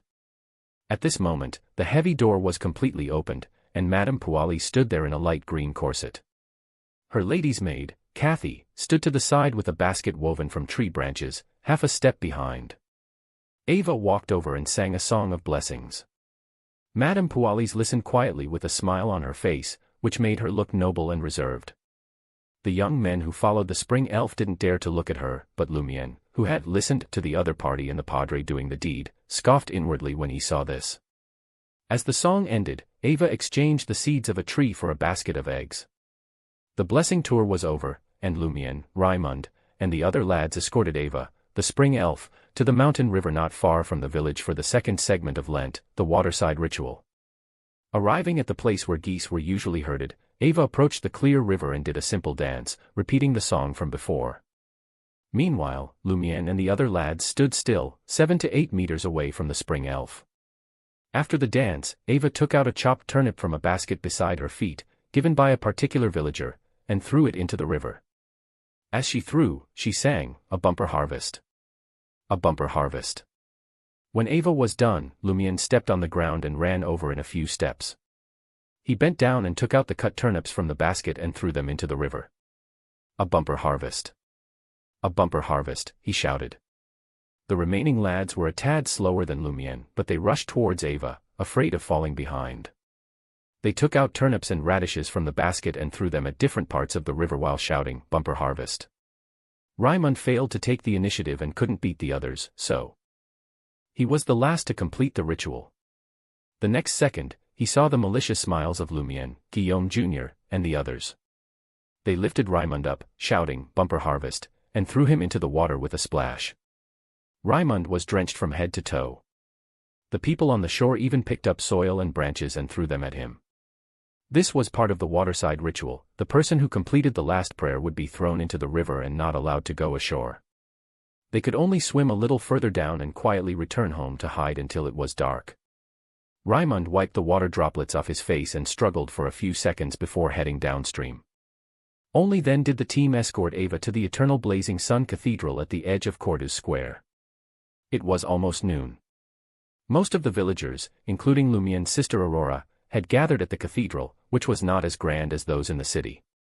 The tallest one was only 11 to 12 meters, with a dome and an arc that looked like an onion from the outside. Looking up from the inside, a dazzling sun mural greeted their eyes. The entire cathedral was golden in color and looked very bright, which was also the common style of all the Eternal Blazing Sun cathedrals. The altar was located in the east, and all kinds of sunflowers surrounded a huge sacred emblem. On the surface of the sacred emblem, the golden ball and the lines representing light formed a symbol filled with mysticism, the symbol of the Eternal Blazing Sunday. High up on the wall behind the altar, there were 2 pure glass windows inlaid with gold foil. Every day, when the sun rose, the light would shine from here onto the sacred emblem. On the west side of the cathedral, there were 2 similar glass windows to take in the glow of the setting sun. As this was not a formal ritual of the church but a traditional celebration of the people, Padre Guillaume Benet did not appear. Instead, Administrator Beast hosted the celebration with Ava, who was still dressed as a spring elf, standing next to him. Musical instruments such as flutes and lyres sounded, and the villagers sang songs that praised spring and prayed for a bumper harvest. They hadn't rehearsed, so the singing wasn't uniform, and some people even sang and danced, making the scene lively. Lumien's mouth opened and closed, but he didn't make a sound, he was simply going through the motions. On the other hand, Aurora, who was beside him, was engrossed in her singing, taking the opportunity to have fun and raise her voice. As he was only going through the motions, Lumien had time to look around. He didn't notice any abnormalities in the villagers' behavior. He subconsciously looked up at the golden sun mural on the dome. Then he saw it, the thing he couldn't quite put his finger on. The villagers weren't praising the sun. For a village that worshipped the eternal blazing sun, this was strange. Words like "praise the sun" and "my God, my Father" were staples of daily life, but Lumien realized he hadn't heard them in a while. As a quasi-believer and having skipped activities in the cathedral since crossing the Padre, Lumien hadn't thought much of it before. But something about the solemn and golden atmosphere of the cathedral made him realize that this was not normal. And then he remembered the letter of help that he had reconstructed, the urgent plea for assistance from someone in the village: "We need help as soon as possible. The people around us are getting weirder. The people around us are getting weirder." At that moment, Lumien gained a deeper understanding and agreement with this sentence. Lumien's heart raced as he looked around, searching for Leah and the other foreigners. But they were nowhere to be found at this Lenten celebration. Seriously, they don't appear when they're needed. Lumien muttered inwardly. Lumien forced himself to join in the chorus, pretending not to notice anything out of the ordinary. Finally, the singing died down, and the celebration ended. Lumien whispered to Aurora, his voice urgent, "Go home first. I have something to tell you later." He knew he couldn't leave yet. As an escort for the spring elf, he had to participate in the final part of the ritual. He couldn't force his way out of the cathedral, risking an anomalous eruption. Aurora nodded thoughtfully. Okay. She didn't ask further and left the cathedral with Madame Pualis and the other villagers, leaving Lumien behind. The cathedral was empty, save for Lumien and a handful of lads who had participated in the blessing tour. Ava, the embodiment of the spring elf, stood in the center of the room, surrounded by the contributions, symbolic items that hadn't been thrown into the river: herbs, axes, shovels, whips, and goose sticks. Lumien and his companions had to wait for someone to come in from outside and announce the departure of the spring elf before they could take off her crown, necklace, branches, and leaves. During this process, they needed to leave a gap for the spring elf to leave Ava's body. In just 20 to 30 seconds, footsteps echoed from the cathedral's entrance. Lumien instinctively looked up. Two figures entered the cathedral. The thin shepherd Pierre Barry had rushed back to attend Lent. His eyes were sunken, and he wore a dark brown long coat with a hood. He had tied a rope around his waist and was sporting new black leather shoes. But what caught Lumien's attention was that his greasy black hair was now clean and smooth. Even his messy beard had been tidied, and it was now neater and shorter than before. As usual, there was a faint smile in his blue eyes. The other man was Padre Guillaume Benet, adorned in a white robe with gold threads, befitting of his role as a clergyman.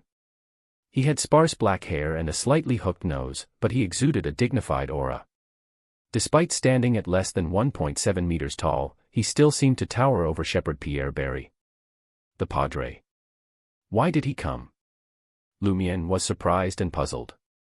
As a clergyman of the Eternal Blazing Sun Church, he had no business being here, at a folk celebration that didn't include a segment to praise the sun. Lumien's mind jolted as he recognized that the Padre and his group were previously up to something sinister, especially considering his past conflict with them. He quickly retreated to the side of the stained glass, moving slowly and silently to avoid drawing attention to himself. The group hadn't yet surrounded Ava, the spring elf, so they were standing in different places, making Lumien's actions inconspicuous. Ava was surprised to see the Padre, but she quickly remembered his importance in the village. It made sense for him to announce the end of the Lent celebration. She smiled once again. Padre Guillaume Benet and Shepherd Pierre Barry approached Ava, and the former spoke in a deep voice. "Send the spring elf off." Other than Lumien, people rushed forward to surround Ava. "Send the spring elf off." Shepherd Pierre Barry shouted as he bent his back with a smile. "Not good." Lumien's heart raced as he stepped forward, his body reacting before his mind could catch up. But it was too late. Shepherd Pierre Barry picked up an axe from the pile of symbolic items, and with a tight grip and a powerful swing, the axe came cleaving down. Blood spurted from Ava's neck, forming a thick red mist. Thud. Lumion watched in horror as Ava's head fell to the ground and rolled a few times in the blood, finally stopping, head facing up. She still had a look of joy in her eyes. Having just taken 2 steps in her direction, Lumion's heart sank. He immediately turned around and turned to flee towards the stained glass. Chapter 32, 32 Anomaly. 32 Anomaly. The cloth, jars, and eggs that were splattered with blood, along with the sickening stench, failed to elicit a reaction from Padre Guillaume Benet. He turned his body and locked his gaze on a particular spot in the cathedral, where Lumion's figure was reflected in his blue eyes. The color of the Padre's eyes shifted, turning so ethereal that they appeared transparent. Lumion was surrounded by complicated silver symbols that coiled around him like small rivers. He ran through an illusory river that was formed from these symbols, with blurry tributaries ahead of him. Guillaume Benet reached out his right hand and grabbed a mercury-colored symbol that encircled Lumion. Lumion stomped his right foot, preparing to hurl himself through the stained glass and out of the cathedral. But he slipped and couldn't muster enough strength, and his body was sent flying. With a loud bang, whoosh, and cracking sound, Lumion shattered the stained glass depicting Saint Sif, but he failed to break through it and instead crashed back into the cathedral. His body was covered in cuts, and blood flowed freely. Shepherd Pierre Barry, who had earlier decapitated Ava with an axe, locked onto Lumion. His gentle smile belied the ferocity in his blue eyes, as if a seal inside him had been undone, revealing his true nature. Pierre Barry charged at Lumion with the axe, his body seeming to grow taller and stronger with every step. Lumion leaned against the broken stained glass window, his back facing the ruthless shepherd. Lumion struggled to free himself from the pain of being stabbed as he fell heavily to the ground. As he propped himself up with his hands to roll out of the cathedral, an abnormal sense of danger washed over him. Someone's behind me, he realized. Ignoring the pain and blood, he continued pressing down on the broken glass window frame and pretended to roll out, using it as a cover to quickly retract his body and fall back instead of moving forward. Bang! Suddenly, an axe smashed into the window frame, sending it flying out of the cathedral with a loud bang. Lumion rolled backward, narrowly avoiding Pierre Barry's violent attack as he lunged past his feet. But he didn't feel relieved. Pierre Barry had blocked his only escape route, forcing him back into the cathedral. Despite having read countless novels, Lumion knew he couldn't rely on simply rolling to avoid getting hit. As he brushed past Pierre Barry, he quickly propped himself up with his elbow, exerted strength from his waist, and bounced up. He surveyed the scene and realized that, besides Guillaume Jr. and a few others, all the lads had lost their minds and turned deranged. They ignored Ava's headless corpse and the blood that stained the ground, shouting excitedly, "Send the spring elf off! Send the spring elf off!" Guillaume Jr. and a few others stood in shock, staring at Ava's wide, smiling eyes without moving. Fear, panic, and disbelief etched their faces, as if trapped in an unbreakable nightmare. Pierre Barry loomed over Lumion, appearing taller than the cathedral dome. His axe missed, but he quickly retracted it and swung at Lumion again. Lumion deftly dodged the attack and ran off despite not even finding his footing. Thud thud thud. Lumion fully utilized a hunter's speed and agility as he ran in an arc. Target, the Padre. He knew he had to deal with the leader, no matter how the others attacked him. He put on a fierce stance, determined to either let them allow him to flee or die trying with him. Only in this way could a miracle be created in a very unfavorable situation. Shepherd Pierre Barry didn't pursue Lumion. He stood in front of the broken window frame, holding his blood-stained axe and extending his left hand towards Lumion's direction. The cathedral plunged into darkness, and Lumion's surroundings grew even more ominous. Seemingly coming to life, the abyss swayed gently, like a curtain behind which pale white, pitch black, and strange arms were poised to strike. Padre Guillaume Benet's eyes were nearly transparent, with Lumion's figure submerged in an illusory river formed by shimmering mercury symbols. In front of him, he saw something similar but more surreal, as if representing the future or a tributary. After experimenting, Guillaume Benet's right hand finally grasped the key pattern formed by multiple symbols. With a single move, he could rewrite Lumion's future and render all his efforts futile. But suddenly, the Padre's eyes froze, and he let out a scream. His eyes shut tightly as blood and turbid tears streamed down his face. Amidst his scream, his body expanded like a balloon being filled with gas, and his white robe with golden threads cracked under the strain. His skin turned nearly transparent, revealing the bizarre mark that had been hidden beneath his clothes. The black marks that resembled a seal connected to an indescribable world. The terrifying aura they emitted filled the cathedral, leaving the lads who were still sending off the spring elf in a state of extreme terror. They either ran around the offerings, knelt on the ground, or prostrated themselves on the floor, afraid to look up. Guillaume Jr. and a few others fainted from fear, leaving pools of urine and a foul stench. Shepherd Pierre Barry was about to use his mystic arts to grab Lumien when he threw away his axe and knelt on one knee, bowing his head and ceasing all movement. Lumien was the only one who remained unaffected in the entire cathedral. Although he felt an abnormal pain in his head, it was nothing compared to the mysterious voice that had nearly killed him. He also felt a burning sensation in his chest, suspecting that the black thorny chain symbol had appeared, along with the bluish-black symbol resembling an eye in worms. However, he had no time to check his physical condition or understand why he suddenly had the upper hand. He continued to run towards Padre Guillaume Benet, determined not to let any opportunity slip by. As he got closer, Lumien could clearly see the unique black marks resembling seals made up of strange symbols and words. His gaze quickly swept around and he noticed something familiar, black symbols resembling thorns that drilled out of the left chest of Padre Guillaume Benet and circled behind him. It was identical to Lumien's chest, but much lighter. He has one too. Lumien's heart trembled. Is this the root cause of the abnormality in the village? Why do I have it? When did I get it? Thoughts quickly surfaced in Lumien's mind, but he didn't let them distract him from his movements. He ran towards Guillaume Benet, stretched out his right arm, and wrapped it around the enemy's head. Without pausing, he forcefully circled behind the padre, and with a snap, Guillaume Benet's head turned and faced his spine. Phew! Lumien breathed a sigh of relief, knowing that the biggest problem had been resolved. He had to hurry home and escape with his sister, leaving the rest to the three foreigners to deal with. But just as Lumien turned to leave, Guillaume Benet, who was supposed to be dead, opened his eyes. They were bloodshot, and a sharp buzz split Lumien's head in half, the intense pain preventing him from screaming. Everything shattered before his eyes, and he was engulfed in darkness as he lost consciousness. Painful. How painful. Lumien suddenly sat up, opened his eyes, and rubbed his head. He saw the familiar surroundings of his bedroom, the wooden table, the reclining chair, and the wardrobe and small bookshelves on both sides. I was saved by Grandet, sir. How long was I out? How is the situation in the cathedral? Lumien didn't have the time to think through it. Without wasting any time, Lumien got off the bed, held his head, and rushed out. He found Aurora in the kitchen on the first floor, wearing a light blue dress and preparing dinner. Lumien shouted, "Aurora! Grandet, sir, we need to run. The padre and many people in the village have gone crazy. They killed Ava at the end of the celebration." He wasn't sure if his sister knew about the incident, so he got straight to the point. After all, there were many ways to be saved, and it did not mean that she had to be at the scene. Aurora turned around, looking confused, and asked, "Celebration? The Lent celebration?" "Yes."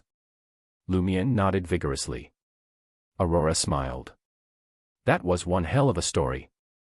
2 sentences and you've got me feeling all kinds of scared. But listen, you gotta be more careful with your tales. Lent's still a few days away." Lumien was stunned. Chapter 33. 33 Confirmation. Lumien gazed into Aurora's eyes for a moment before slowly asking, "How many days until Lent?" He suspected his sister was trying to prank him, but he had never known her to be flippant about important matters. This was a crucial moment that would impact the whole village, and possibly even their survival. Aurora sized him up and quipped, "Did you not take an afternoon nap? Are you still not fully awake? It's March 29, 1358. We still have a few days before Lent." March 29, Lumien ruminated the date for a moment and wondered if he was dreaming. He had vividly experienced Lent, a period of merriment that ended in a bloodbath. He had witnessed Shepherd Pierre Barry hack off Ava's head with an axe and blood spurt everywhere. Was he dreaming now, or had his past experience been a dream? Regardless of which one it was, they both seemed too real. Lumien couldn't detect any signs of deceit on his sister's face. Sure, Aurora could be an excellent actress, but Lumien believed she was not that kind of person. They had spent 5 years together, and he knew every detail of her personality. There was no way she could have fooled him. Lumiere was perplexed as he considered the possibilities of his sister Aurora lying to him about the date. Either she was being controlled by the Padre or some secret entity, or everything had been resolved and she was just messing with him. If neither of these options was true, then it was likely that Aurora was telling the truth. Time had rewound to March 29th, a few days before Lent. With Lumiere's understanding of the world, this was clearly impossible and shouldn't have happened. However, his sister's attitude left him at a loss. I have to think of a way to confirm it. Lumiere tried to recall everything that had happened during the time period and realized he could easily remember most of the details. Aurora was wearing a light blue dress on that day on the March 29th, corresponding to the successful celebration of Lent. He also remembered meeting Leah, Ryan, and Valentine that night before taking them to the cathedral to catch the Padre in the act. What's wrong? Aurora stretched out her right hand and waved it in front of her stunned brother. Lumiere quickly gathered his thoughts and said, Aurora, I just remembered something. I need to go out for a while. I'll be back soon. Lumiere realized that the only way to confirm if time had really returned to March 29th was to find Ava. If she was still alive, he would have to come to terms with this unbelievable change. He didn't wait for Aurora's response and hurried to the door, bypassing her. Call me Grande, sir. Don't be late for dinner. Aurora shouted after him. As he ran towards Ava Lizier's house, Lumiere feared that if he were even a second slower, he would be caught in an indescribable nightmare and completely devoured. Along the way, many villagers noticed him, but they were afraid it was a prank directed by him and didn't stop to ask for a reason. Finally, Lumiere reached his destination. Guillaume Lizier, Ava's father, was a famous shoemaker in the village of Cordoue and the surrounding mountains. Although they weren't particularly rich, they weren't too bad either. They lived in a subterranean grayish-blue 2-story building with an empty space at the back where grass and firewood were piled up, and a goose house was repaired. It was almost dinner time when Lumiere arrived, and several figures were busy in the kitchen of the Lizier's household. Lumiere walked through the open door and immediately saw Ava. This brown-haired girl with aqua-blue eyes was wearing a gray-white dress and preparing dinner for her mother. Her hands and feet were nimble, and her eyes were lively. Lumiere could tell just by looking at her that she was alive. She's really not dead, Lumiere thought to himself as he looked at Ava's neck, trying to find signs of stitches. In one of Aurora's horror novels, there was a scene where a corpse was stitched up to act as a living person. But Ava's neck was long and smooth, without a single scar. Guillaume Lizier, the shoemaker, noticed Lumiere standing in the doorway and asked, Lumiere, what's the matter? He stood up from his kitchen chair and faced Lumiere, his brown hair disheveled, and a slightly greasy brownish-white apron hanging in front of him. Ava, who had been busy in the kitchen, turned around in surprise and looked at Lumiere. She saw Lumiere standing there in a daze. What's the matter? She asked. Lumiere was momentarily stunned but quickly regained his composure and planned to make up a random reason to explain his visit. However, Guillaume Lizier inspired him with a question. He deliberated for a moment and asked, Monsieur, did Pierre of Berry order a pair of leather shoes from you? He remembered that he and Raymond were supposed to meet Shepherd Pierre Berry the next morning and were surprised when he had abandoned his flock to rush back to participate in the Lenten celebration despite the dangers of the long and difficult journey. By that time, Pierre Berry had already put on a new pair of soft leather shoes. Unless he went to a shoe shop in Darige that sold finished products, it would take time to make a pair of leather shoes. This meant that Pierre Berry had been back in the village for at least 2 or 3 days. Guillaume Lizier was surprised by Lumiere's question and said, Pierre Berry came back a few days ago, but not many people in the village know about it. He also told me not to tell anyone else. As expected, Lumiere made up a reason and said, I saw someone who looked very much like him and thought I was hallucinating. Because the man was wearing new leather shoes, I came to confirm it with you. It's him. Guillaume Lizier gave an affirmative answer. He was still herding 3 or 4 sheep that he claimed his employer had given him. Don't they only let the sheep return to the village in early May to shear and milk them? How are they to be grazed if a few sheep are brought back now? Grazing in the highland pastures is still prohibited. The more Lumiere thought about it, the more he felt that Shepherd Pierre Berry's behavior was extremely abnormal. And his performance at the end of the celebration proved Lumiere's judgment. However, he had no idea what he, the Padre, and the others wanted to do, or what they had already done. Lumière smiled at Guillaume Lizier and Ava and said, "I'm relieved that it's really him. I thought I was having problems with my brain and eyes because I drink too much." He then waved at the Liziers and said, "Goodbye." As Lumière left the Liziers' house, the smile on his face disappeared quickly. He was now very confident that today was really March 29th. Did I go back in time, or did I have a precognitive dream? Dreams can't be that real. They're so real that every detail is there, Lumière thought hard as he walked. Either way, it was something he had only read about in Aurora's novels and never imagined would happen in reality. On his way home, Lumière circled the square and came to the side of the eternal blazing sun cathedral. The stained glass window, which should have been completely shattered, was perfectly embedded in the wall, and the Saint Sith missionary illustration on the surface shone brightly under the sunset. Lumière watched this scene with mixed feelings. Many thoughts threatened to emit smoke from all the friction against each other in his mind. On his way back to the square, Lumière saw a familiar figure walk out of the cathedral's main entrance. It was the Padre, Guillaume Benet, who had a slightly hooked nose and a dignified aura, and he was wearing a white robe with golden threads. Lumière's heart tightened, and he arched his body slightly, preparing himself for an attack or to flee. Guillaume Benet glanced at him and nodded expressionlessly. "Come again tomorrow for prayers." That's right. He hasn't been caught red-handed by me during the early evening of March 29th. He hasn't fallen out with me, nor is there any worry that his secret plot is about to be exposed. With this in mind, Lumière instinctively reacted. He stood up straight and spread his arms. "Praise the sun! Praise the sun!" Guillaume Benet replied with the same pose. After leaving the village square, Lumière habitually recalled what had just happened. Suddenly, he discovered a point that he had neglected previously because he was shocked by time reversal. He still had his superpowers. He was still a hunter. He had not needed to catch his breath from running all the way to the Liziers, and he had immediately put on the best posture when facing the Padre. This meant that his physique and corresponding condition far exceeded the time before he consumed the potion. From this, Lumière made a judgment that the previous experience was not a precognitive dream, and he was already a sequence 9 beyonder. "I'll try entering that special dream at night to see if I can still enter and if there are any changes." Lumière quickly came up with the next step of his plan. After returning home, Lumière pretended as if nothing had happened and had dinner with his sister, Aurora. As he often acted this way because he didn't want her to help clean up the mess every time he got into trouble, Aurora didn't ask any further despite sensing that something was off. After washing the cutlery and cleaning the kitchen, Lumière informed his sister and went straight to OL Tavern.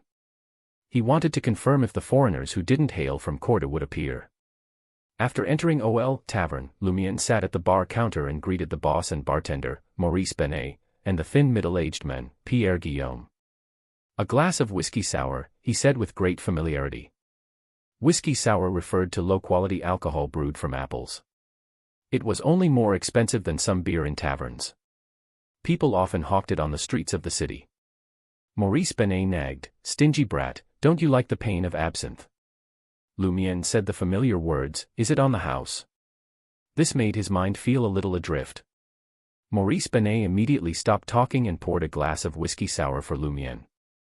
Lumière sipped his drink as he waited. Not long after, he heard tinkling sounds.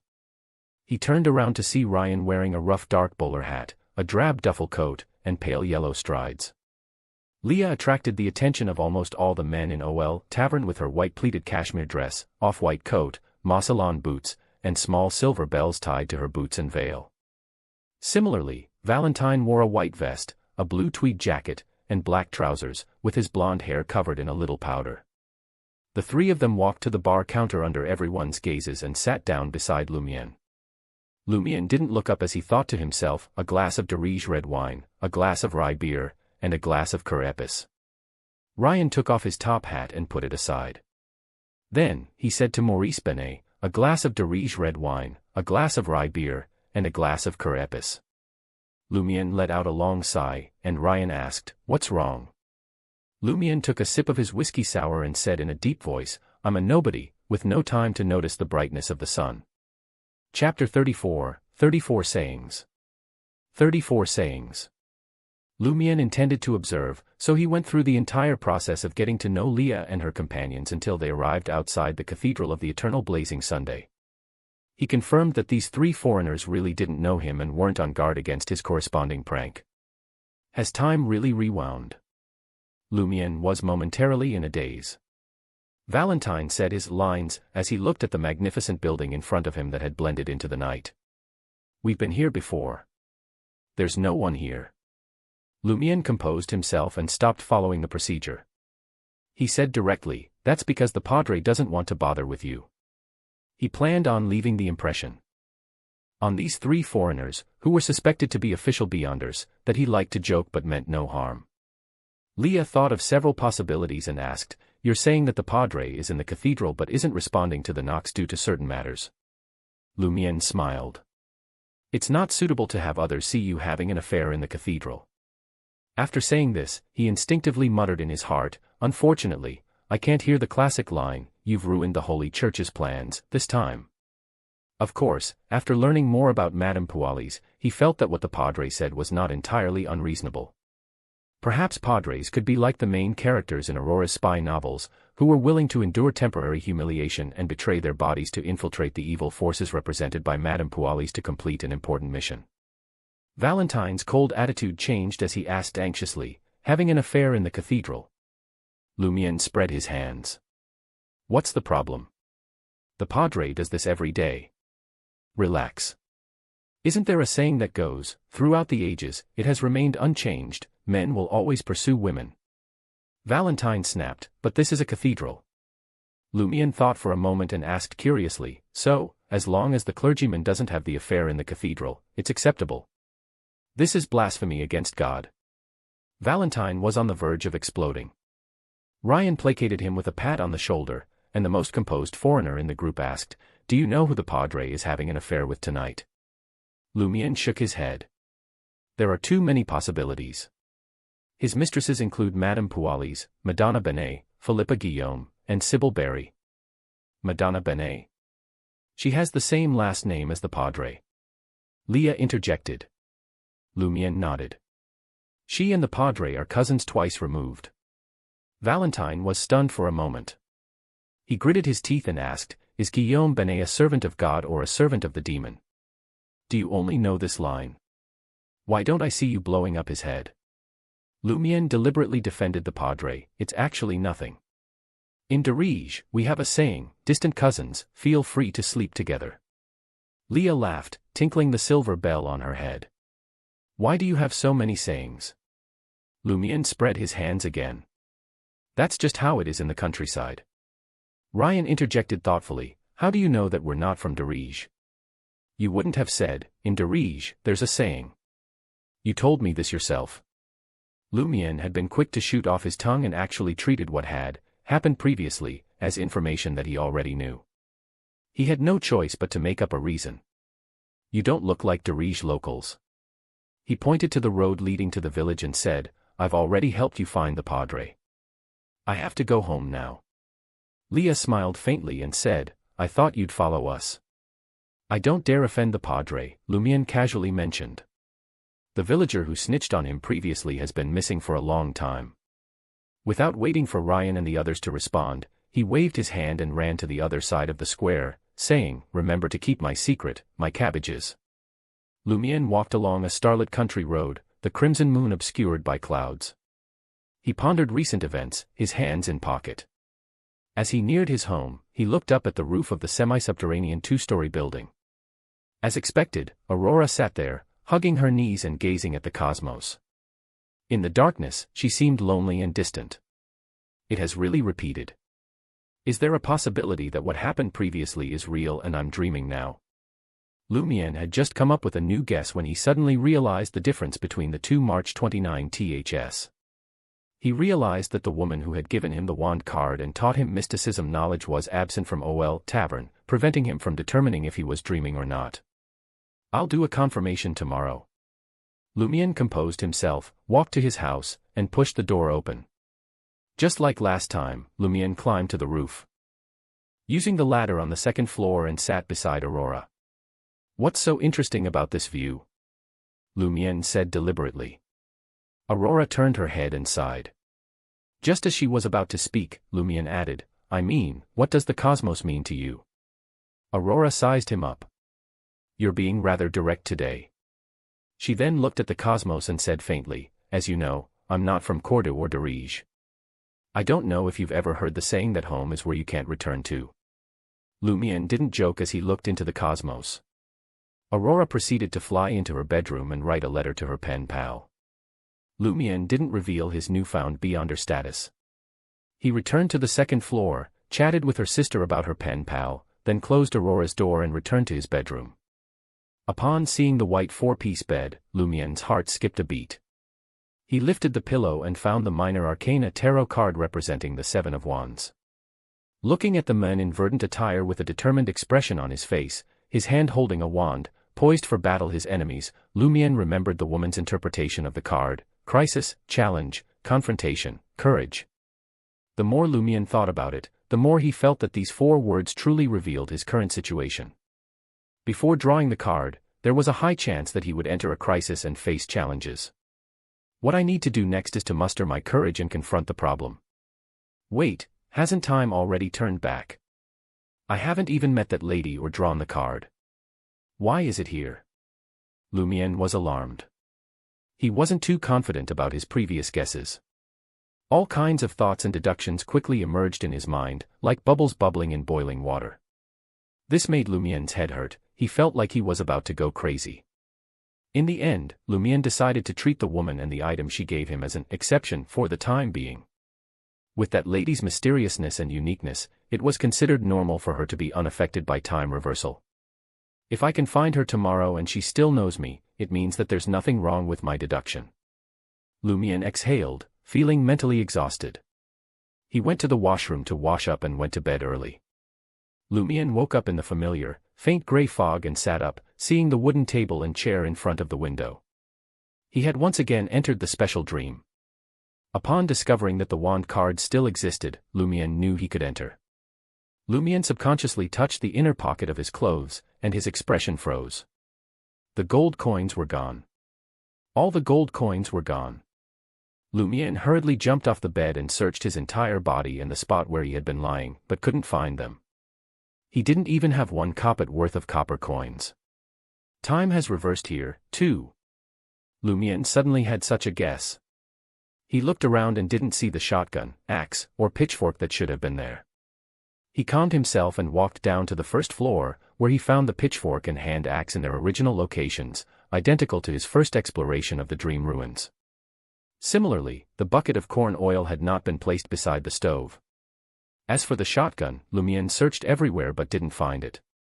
Lumion believed more and more that time had turned back in the dream. I'll check the ruins and see if the two monsters are still there. Lumion muttered to himself silently. He picked up his axe and opened the door. Not long after, he passed through the wilderness filled with crevices and weeds and arrived at the edge of the ruins. Unlike the first time he explored this place, as a hunter, he noticed many traces left behind by living creatures, including two that often appeared in the area when he put his mind to it. He followed one set of footprints to the half-collapsed house. If I had such superpowers in the past, how could I have nearly been ambushed during my first exploration? Lumion carried his axe and entered the building. He went straight to his destination and arrived in front of the shattered pottery jar. A sliver of gold seeped out from inside. Lumion bent over and picked up the Louis d'Or. It was the same lustrous color as the first time Lumion picked it up. Indeed, time has reversed. With very few exceptions, everything has returned to the original state. Lumion sighed. Suddenly, he took 2 quick steps forward, twisted his waist, and half-turned to the right. As he exerted his strength, the axe in his hand cleaved out. The skinless blood-colored monster lost sight of its target just as it pounced from the roof. What greeted it was an axe. Puffed. Its head flew out, and its headless body fell heavily to the ground amidst the blood and pus. Chapter 35, 35 Differences. 35 Differences. It's about as strong as the last time. Lumion muttered to himself as he looked at the corpse of the skinless monster. Before the time reversal, he had been evenly matched with the monster, relying on his intelligence to defeat it. Now, as a Beyonder, he only needed one swing of his axe to finish it off. Of course, he had the advantage of already experiencing the same sequence of events and knowing the monster's attack strategy. This allowed him to anticipate its moves. The contrast between before and after made Lumion feel that he had undergone a significant improvement after becoming a Beyonder. After pondering for a moment, he moved the monster's corpse and head to a corner but did not hide it under rocks, wood, and mud, leaving it exposed along with the blood on the ground. Lumion then quickly searched the half-collapsed building and found the remaining 197 Voltor and 25 Caput, categorizing them into different pockets. He flipped through the lever blue again but found nothing out of the ordinary. Once he had completed his search, he snuck deeper into the ruins. However, after only 20 to 30 meters, he changed course and returned to his starting point. Following the path the skinless monster had taken while alive, he nimbly climbed onto the half-collapsed roof. After making the necessary preparations, he hid himself. Minute by minute, Lumion waited patiently like an experienced hunter. After an unknown period of time, a figure emerged from the ruins. It was the same monster that had previously given Lumion a hunter Beyonder characteristic, with its half-human, half-beast appearance, bent knees, greasy black hair, and shotgun on its back. The shotgun monster approached cautiously, as if on a daily patrol. Suddenly it sniffed the air and detected the blood in the distance. It quickly changed direction and headed towards the half-collapsed, burnt building. Following the trail of blood, the monster found the skinless monster's corpse and head. It squatted down to examine it carefully. On the half-collapsed roof, Lumion shook his head and muttered to himself, "You can't even smell me from such a distance. Even with the smell of blood, you shouldn't have missed me." As he muttered, he raised his axe and struck hard at the crevice in the stone beside him that he had prepared earlier. Crash! The half-collapsed roof shook, and heavy rocks crashed down. The shotgun monster reacted quickly, twisting its waist, kicking its feet, and lunging towards an uncollapsed area. Lumion smiled and swooped down from the intact roof like an eagle grabbing its prey in midair. In the midst of the howling wind, Lumion and the shotgun monster clashed in the air. Lumion raised his axe with one hand while the monster desperately tried to turn around and block. Lumion clenched his left hand into a fist and punched down. As the monster extended its arm to block, Lumion opened his palm and reduced his strength, grabbing the monster's arm. As Lumion pulled back with his left hand, he suddenly cleaved down with his axe in his right hand. The blade struck the monster, and they both fell to the ground in a pool of blood. Lumion, who had a buffer pad, was not affected by the impact. He raised his hand and cleaved the monster's head from its body with his axe once again. Despite its unwillingness, the head rolled twice and separated from the body. Standing up, Lumion looked at the monster and sneered, "You've weakened. All you have is a terrifying shell, nothing more than a stuffed scarecrow inside." As a hunter, he was confident in dealing with the shotgun monster again, but he hadn't expected it to be so easy. Looking at the corpse on the ground, Lumion patiently waited for the Beyonder characteristic to appear. However, after waiting for a long time, he saw no sign of the dark red light. Nothing. Lumion muttered to himself in puzzlement. He wasn't surprised, though.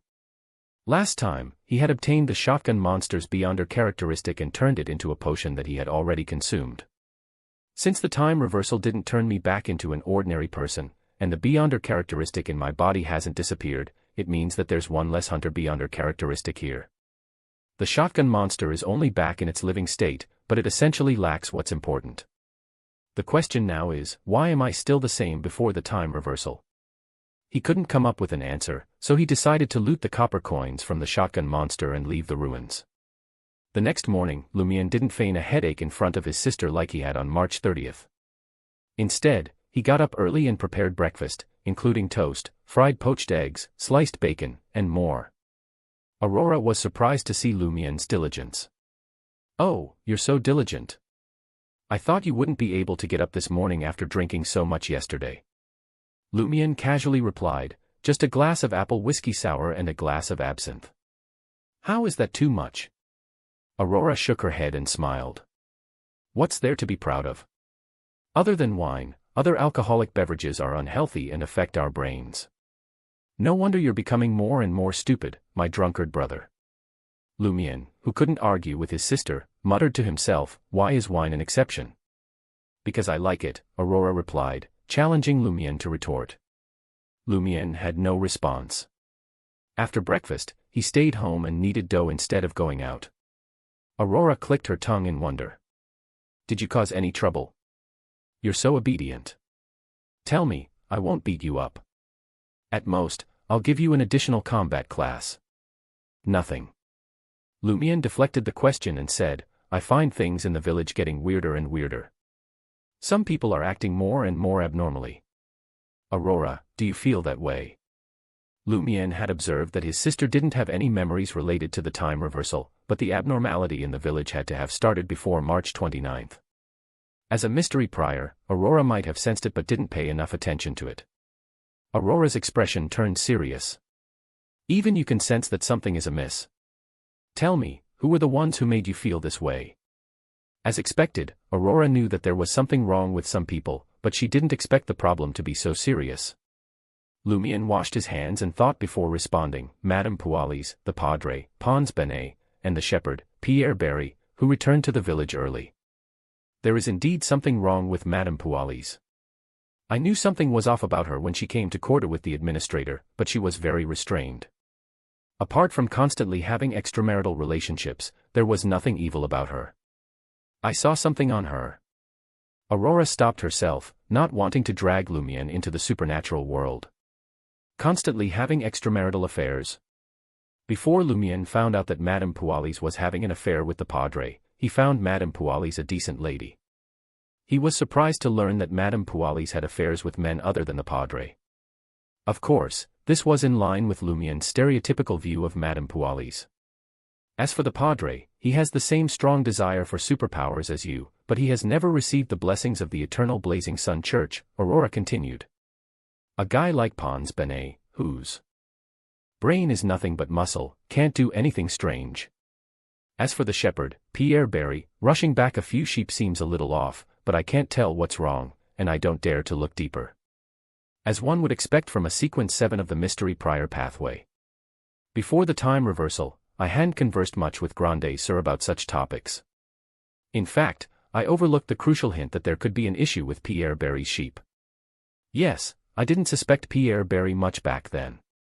I just thought it was a bit odd for him to hurry back early to take part in Lent. Just as Lumion was about to speak, there was a tinkling sound at the door. The doorbell rang. Lumion walked over to the door and asked, "Who is it?" "A telegram for Aurora," the person outside replied loudly. "A telegram?" Aurora was confused. "Who would send me a telegram? There's nothing urgent recently." Lumion was also puzzled. They hadn't received any telegrams before the time reversal on March 30th. Wait, Lumion thought. I went to the village square early on March 30th to wait for Raymond. Perhaps Grande Sir received a telegram but didn't tell me. Lumion quickly opened the door. Outside stood Bertrand, the administrator's subordinate in charge of telegrams. He handed a piece of paper to Lumion and said, "1 vol d'or." The brown-haired, brown-eyed Bertrand was not from Cordoue and had come here with the administrator from Dirige. He looked warm on the outside but was actually quite greedy. Lumion tossed a silver coin worth 1 vol d'or to Bertrand and looked at the telegram. The contents were simple. Lumion quickly browsed through it. The author salon mentioned before is in June. If you're willing, Miss Aurora, you can set off for Trier now. Leave enough time for a tour. We guarantee that this will be a very beautiful journey. It was signed by the editorial department of Novel Weekly. W.H. Lumion's eyes widened. Was this a reply from Novel Weekly? When did I say I wanted to attend the author's salon? Aurora leaned over and read the telegram. What's wrong with the editorial department of Novel Weekly? It's annoying having to meet so many people at once. Bertrand was well away from the door by now. Lumion was stunned and suddenly had a bold guess. The telegram in his hand was indeed a reply from Novel Weekly, but it was a reply to the telegram he would send in a few days. To be more precise, the telegram he had sent before going back in time had received a reply after the time reversal, and in his current experience, that telegram had yet to be sent out. Chapter 36, 36 Meeting Again. 36 Meeting Again. Lumiere reached a conclusion that if his guess was true, Cordu and the surrounding area were the only places affected by the time reversal. Other places were not affected. Lumiere's thoughts raced, wondering if leaving this place would allow him to return to his normal life. He turned to Aurora and pretended to be guilty. Well, this telegram is my doing. You. Aurora was both angry and amused but, more importantly, at a loss. She wondered if her brother had pranked her. This was akin to being pecked in the eye by an eagle despite being an experienced hunter. Lumiere explained, sincerely, here's the thing. Haven't I always wanted to go to Trier to take a look? So, 2 days ago, I secretly sent a telegram to Novel Weekly at the telegraph office. I wrote it in your style to ask when the nearest author salon is. As expected, they warmly sent an invitation. Aurora showed a look of enlightenment, as though the mystery was finally solved. So that's how it is. The next second, she picked up a wooden stick beside her and gritted her teeth. So the child has grown up. Lumiere quickly added, Aurora, no, grande sir, listen to my excuses. No, listen to my explanation. He didn't panic and even deliberately joked. Fine, go ahead, Aurora said as she held onto the wooden stick. I've always made sure that others accept any punishment with my best conduct. How can I convict someone without listening to the suspect's statement? Even if you are to die, I'll make sure you die knowing why. Lumiere quickly said, in Intis, Trier has the most and best universities. I'm going to take the college entrance examination soon, and I want to visit them to decide which 3 to apply for. Aurora nodded slightly, indicating for Lumiere to continue. Lumiere praised his sister sincerely. I believe that as long as I make this legitimate request, you will definitely take me to Trier. However, you will have to spend your money. If Novel Weekly sends an invitation, not only will the steam locomotive ticket and hotel accommodation fees be reimbursed, but also various entertainment expenses in Trier. I know you don't need the money, but all the writing you've done was painstaking work, word after word. I won't let a way of saving money go to waste. Aurora's expression eased. At least you care about me. But have you considered that I don't want to attend an author salon? I hate interacting with so many strangers. Lumiere smiled. Aurora, grande sir, have you thought that Novel Weekly invited you so warmly not to let you attend the salon, but to build a good relationship with you? You're a famous best-selling author. The salon isn't important, what's important is you. You can find a reason to reject the salon if you're willing to accept the invitation to visit Trier. The people at Novel Weekly will be glad that you accepted the first part of the invitation. Aurora sized up Lumiere. You're getting better at reading people. She exhaled and said, all right, I'll handle some matters and pack our luggage. We'll leave for Trier in 2 days. Send a telegram to Novel Weekly before we leave and ask them to pick us up at the Trier train station. All right. Lumiere couldn't hide his joy. Although he suspected that it was impossible for him and Aurora to simply walk out of Cordu and find the corresponding source of the time reversal, he had to try. He couldn't trap himself in one place.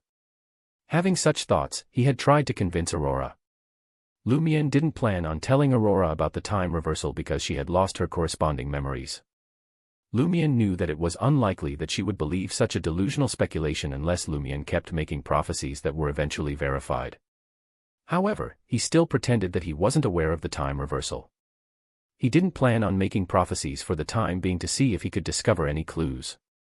Using reading as an excuse, Lumiere returned to the second floor and entered the study. He sat down and casually flipped open a book to confirm if he had it the right way up. Then he sank into his own thoughts, hoping to make further sense of the current situation through the various details he discovered last night and today. As his gaze shifted across the empty space, Lumiere saw the lever blue on the table. His heart skipped a beat, and he retracted his thoughts. He stretched out his palm and took the lever blue, flipping through it quickly. The pages that were missing some words and had corresponding holes appeared before his eyes. That letter. Lumiere muttered silently. He combined the late reply from Novel Weekly with the letter of help that Leah, Ryan, and the others had received, and he had a new guess. Perhaps that letter was really written by me. I'm the murderer. Time reversal might have happened more than once. According to the definition in Aurora's novel, this should be called a time loop. In a previous cycle, I discovered a certain abnormality through certain exploratory actions and decided to seek help from the outside world by sending an anonymous letter without implicating Aurora. By the time officials realized the seriousness of the problem and sent Ryan and the others to deal with it, Corda had already begun a new cycle. Like Aurora now, I lost all my corresponding memories and returned to my initial state. Now, that begs the question. Why are words still missing from this lever blue? Logically speaking, it should have returned to its initial state, just like the food I ate in the previous cycle. There are two possibilities. Firstly, if I discover an abnormality and ask for help before time starts to loop, then the relevant memories shouldn't be reset. Could there be another reason that caused me to lose a portion of my memories? This is getting more and more complicated. Secondly, I had found a way to keep something from being affected by the loop during that particular cycle. What could it be? If there is, why don't I just find a piece of paper and write down what I found? Lumion felt like he had cleared away a layer of fog and reconstructed the general situation, only to fall into even more confusion. He believed that he had already experienced many time loops. However, in the previous cycles, his memories and physical condition would reset once he started from the beginning, so he did not notice it at all. The reason why he could retain his memories and the Hunter-Beyonder characteristic this time was that he had met the lady and obtained the wand card. He had entered the dream ruins and activated the special trait in him.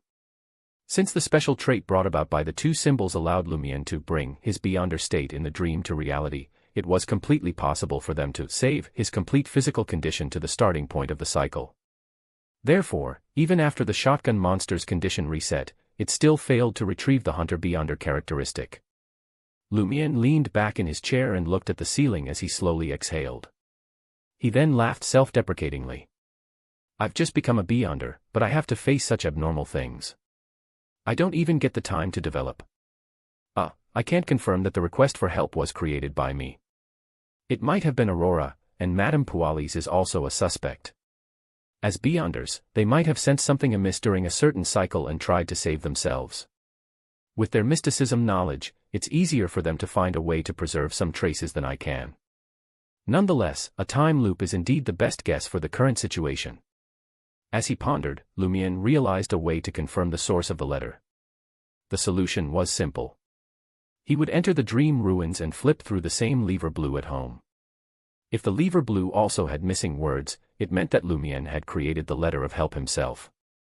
The home in the special dream was formed by his subconscious projection onto the mixed ruins. Everything he subconsciously knew would appear there. If not, then it was most likely done by Aurora or Madame Pualis. Lumion's subconscious wouldn't know about this and wouldn't be responsible for it. Lumion wasn't in a hurry to catch up on his sleep. Seeing that it was about time, he sneaked out of the house and headed straight for OL Tavern.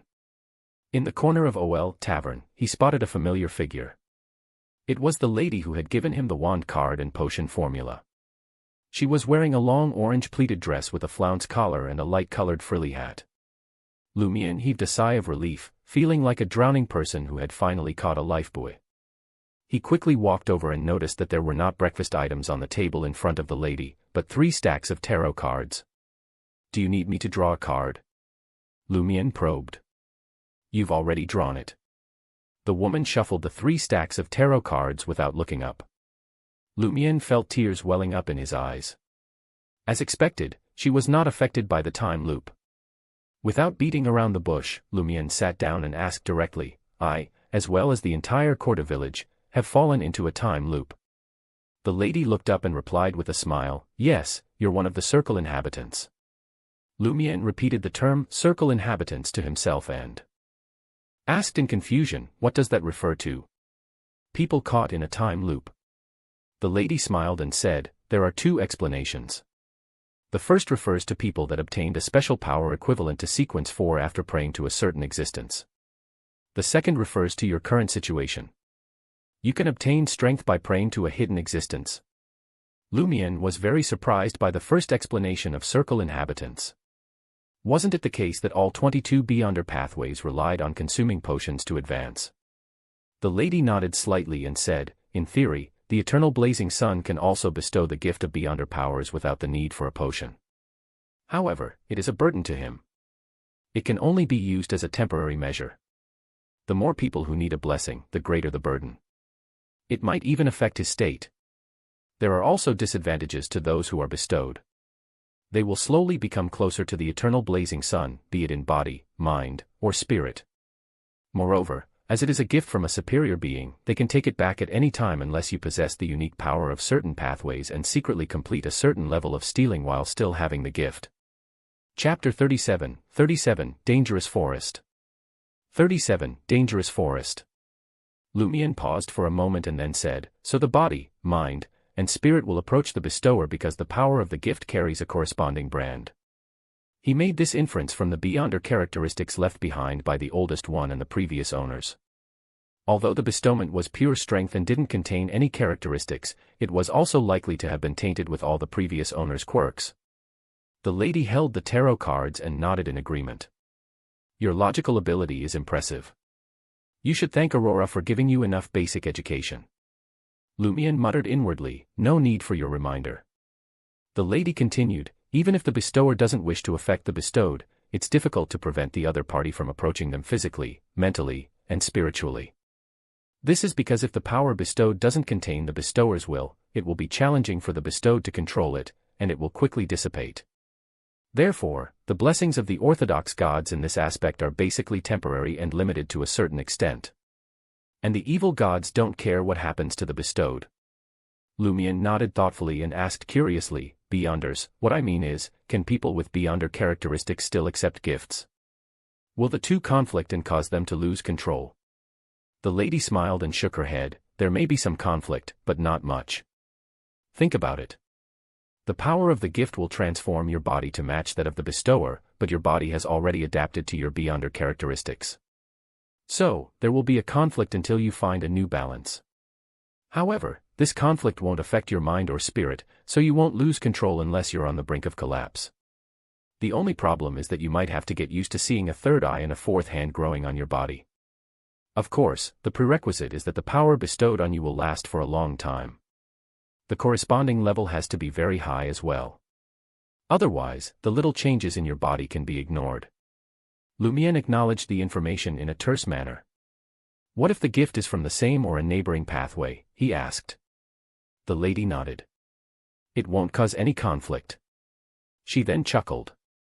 But that doesn't mean there won't be physical changes. What does this mean? Lumian was confused and was about to ask for clarification when the lady interrupted him with a chuckle. I thought you'd be more interested in the time loop after learning about circle inhabitants. It's surprising that you're paying attention to this knowledge that may not be useful to you in the future. That's not like you. Lumian revealed a self-deprecating smile. I wanted to ask if you could help us break the time loop, he said. But then I remembered what you said before. You claimed that the price for resolving the corresponding problem would be the complete destruction of Cordu.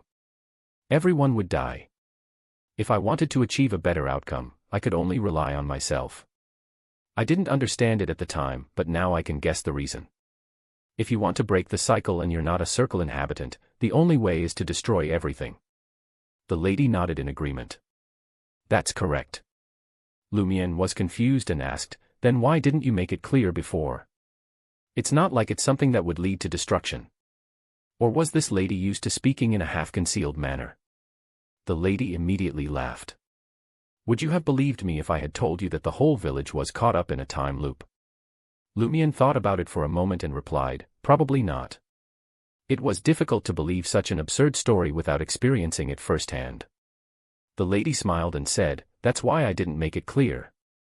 I didn't want to spend a lot of time explaining it to you.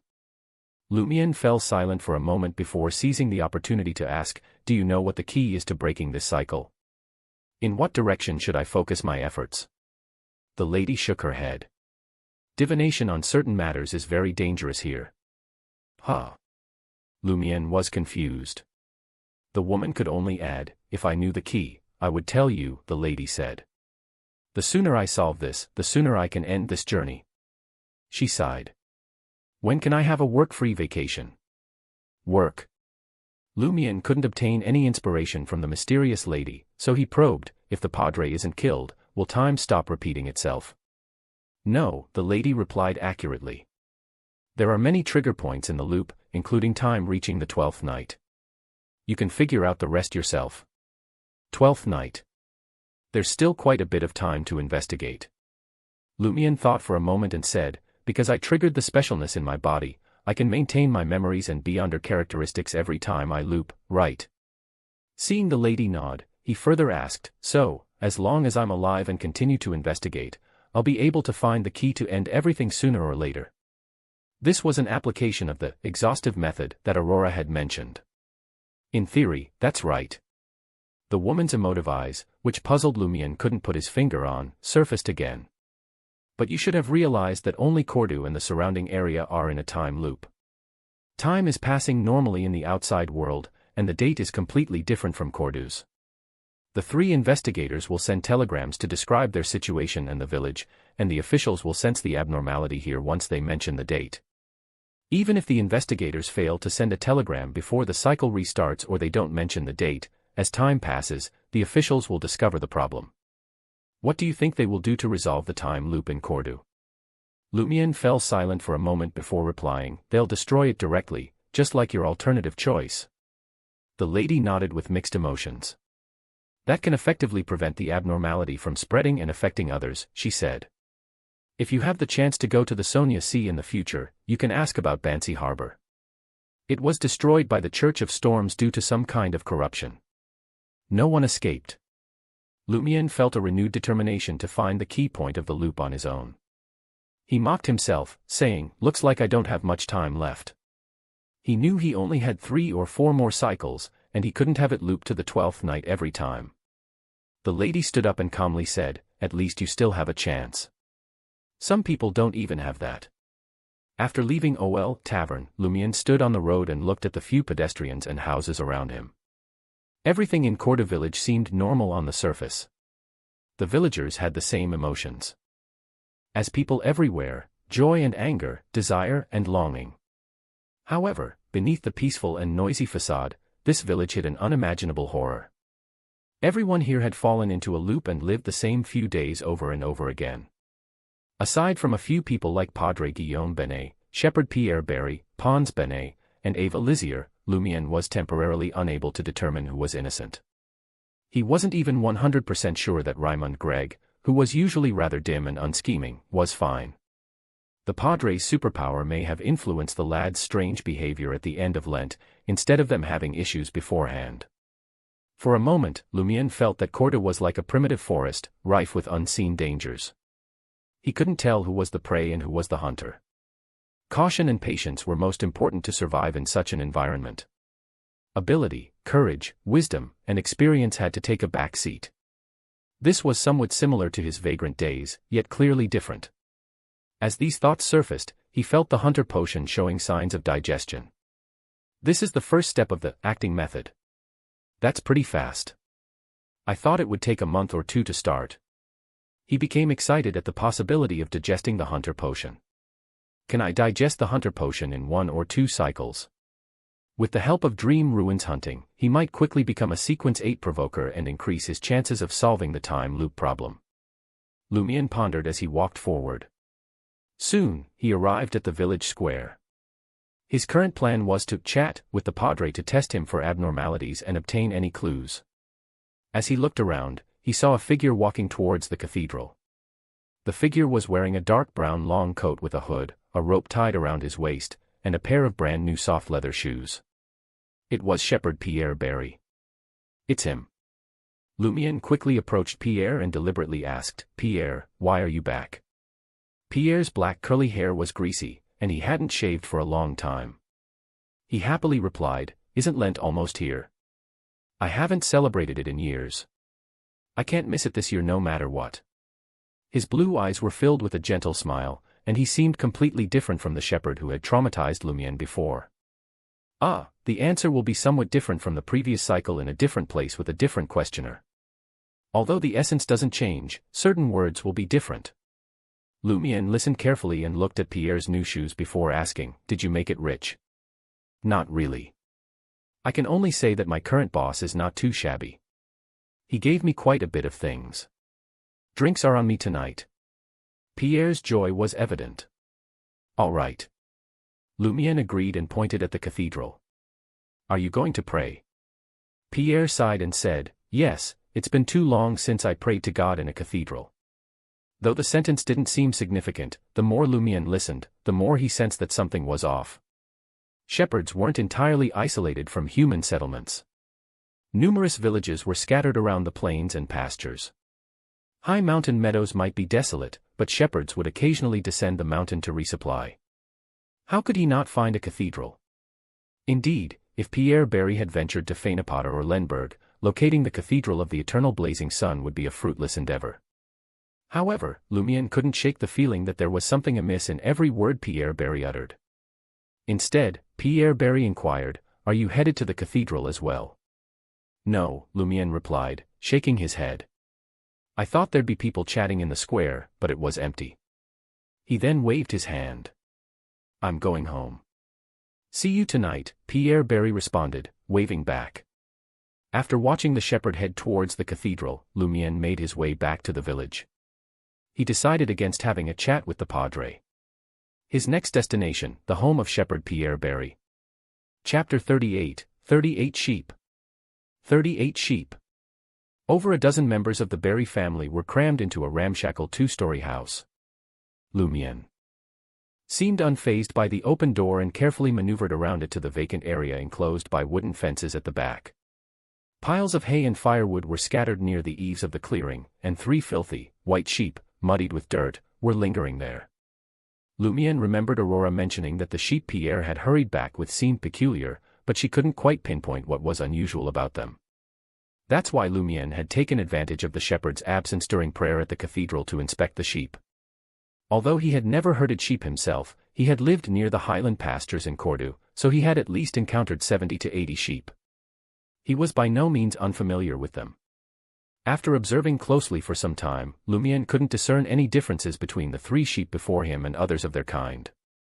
All he could do was mutter under his breath, can't see any issues with my naked eye, do I need some superpower? Sadly, hunters didn't possess such abilities. Lumière had already utilized his enhanced vision, sense of smell, and understanding of various clues, but he still couldn't identify any problems. The only oddity he noticed was that the sheep's droppings were piled in one corner rather than scattered everywhere.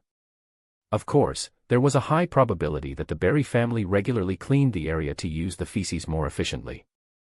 After several more seconds of observation, Lumière murmured softly, looks like just looking and sniffing isn't enough. Do I need to get hands-on? Without any hesitation, he placed his hand on the fence and flipped over it, as if he was right at home.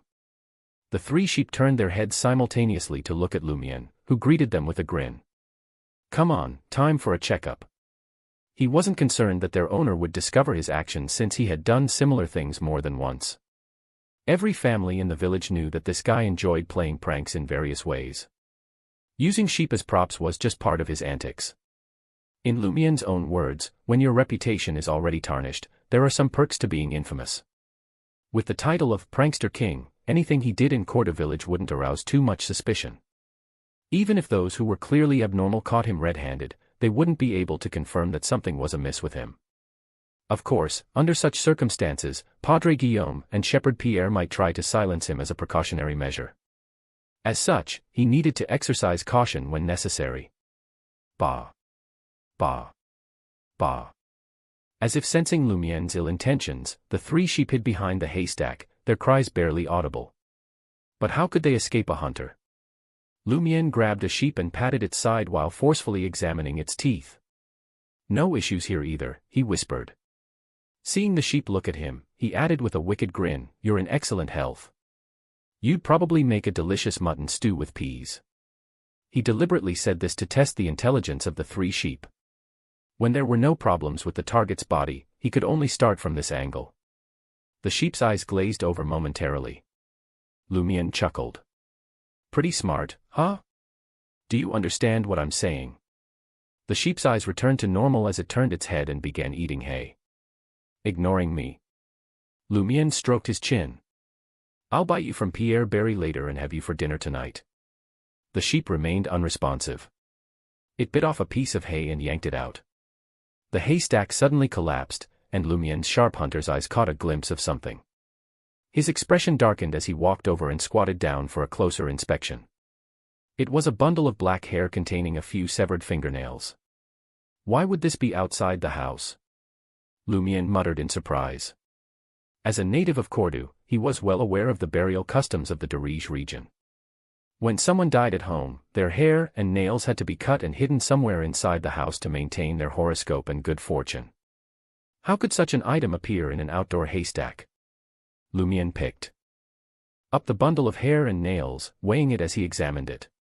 It looks quite fresh, as if it had been cut only recently. He quickly made a judgment. However, no one had died in Cordu village lately. Lumion could only suspect that this was some form of witchcraft similar to the funeral customs. He planned to consult his sister about it later. To avoid arousing suspicion, he stuffed the nails and black hair back into the haystack and restored the messy scene. Having completed that task, he walked towards the wooden fence. As Lumion took a few steps forward, he turned to look back at the 3 sheep. With a hopeful attitude, he muttered to himself, "Pierre Barry seems off. He's back in the village before May. Did he commit a crime outside? As a good citizen of Intis and a devout believer of God, should I visit Darij and inquire around?" The 3 sheep just stared at him, unresponsive and unchanged. Lumion sighed inwardly, feeling disappointed. These sheep aren't particularly intelligent, he thought. He then raised his hands, thumbs pointing up, index fingers pointing down, making a gesture of disdain. What's wrong with mocking the sheep when I'm in a bad mood? Suddenly, the sheep that Lumion had examined took a few steps forward, looking hopeful. It raised its hoof and started drawing on the mud. Lumion was momentarily stunned, but soon approached the sheep to see what it was drawing. The sheep seemed to be drawing letters on the ground. Lumion found them familiar but didn't recognize them. He frowned and speculated, this language should have the same origin as the Intis language. But I only know Intis and some ancient Fasak languages. At that moment, Lumion realized the significance of Aurora's words, knowledge equals power. The sheep finished drawing and took a step back, looking at Lumion with sincerity in its eyes. The other 2 sheep also had a similar emotional change and bleated softly. Lumion looked at the word on the ground and fell into deep thought, wondering what it meant and how he should respond. In just a second or two, he had an idea and nodded solemnly at the 3 sheep. He stretched out his right foot and wiped away the word on the soil. He may not understand, but he could pretend to understand it. He would trick the sheep for now and ask his sister for guidance later. Without waiting for the sheep to respond, he nodded slowly with a heavy and thoughtful expression as he walked towards the fence, as if saying, "Be patient, I'll figure something out." After leaving the sheep pen, Lumion didn't waste any time and went straight home. He found Aurora reading on a recliner in the study. "Grande, sir," he called out anxiously, "there's something." Aurora immediately raised her guard. "Calling me Grande, sir? What kind of trouble did you get into this time?" Lumion took a deep breath and organized his thoughts. "Remember when you said there was something off about Shepherd Pierre Barry's 3 sheep? Well, I went to the back of his house to take a look while he was praying in the cathedral. And guess what I found?" Aurora's expression turned serious. "If you're going to do something like that, you need to tell me in advance. It's dangerous now, and no one will protect you." Lumion felt touched by his sister's concern but complained, "If I told you in advance, you probably wouldn't have let me go." "I'll keep it in mind for next time," he promised sincerely. He had said similar words dozens of times. Aurora understood the urgency of the situation and nodded, indicating that Lumion could tell her what he had discovered. Lumion quickly recounted his experience in the sheep pen. The more Aurora listened, the more serious she became. "Write down that word," she said, getting up from the recliner and finding a pen and paper to hand to Lumion. Lumion had memorized the word, so he quickly wrote it down on the paper. Aurora took a quick glance and said solemnly, "This is a big problem." "I know." Lumion responded inwardly. Moreover, he believed the problem was even bigger than his sister had imagined. "What's the problem?" he asked. Aurora pointed at the word and said, "This is Highlander, the official language of the Fainapotter kingdom. Like Intis, it comes from ancient Fasak. It means..." Aurora paused for a moment, then spoke in a deep voice, "Help! Help!" Lumion blurted out in surprise. The sheep are asking us for help. Aurora tersely acknowledged, I suspect they're not really sheep. They were probably humans. Humans? Lumion asked in shock. This was beyond the scope of what he knew. Before, Lumion had only thought that the three sheep were intelligent and had human-like emotions. They also seemed to have mastered some human language, but he had never thought of them as actual humans. To him, turning into a sheep only happened in imaginative stories. Just as he said that, Lumion was no longer shocked. He realized that a time loop had already happened. What was so strange about people turning into sheep? In the world of mysticism, there were plenty of bizarre and absurd things. Aurora solemnly nodded at her brother's confusion and said, I'm not sure if there's a secret art that can turn a person into a sheep, but all the details now point to that possibility. Indeed, Lumion echoed. The more he thought about it, the more he felt that the three sheep were probably humans. Did this mean that the shepherd, Pierre Barry, was actually grazing humans? Lumion then asked, why were those nails and hair hidden outside the house? Aurora pursed her lips and said, this is one of the funerary customs of the Darige region. However, it's not used under normal circumstances. Many people have forgotten about it. As a warlock, I've studied this aspect to see if I could obtain some useful knowledge.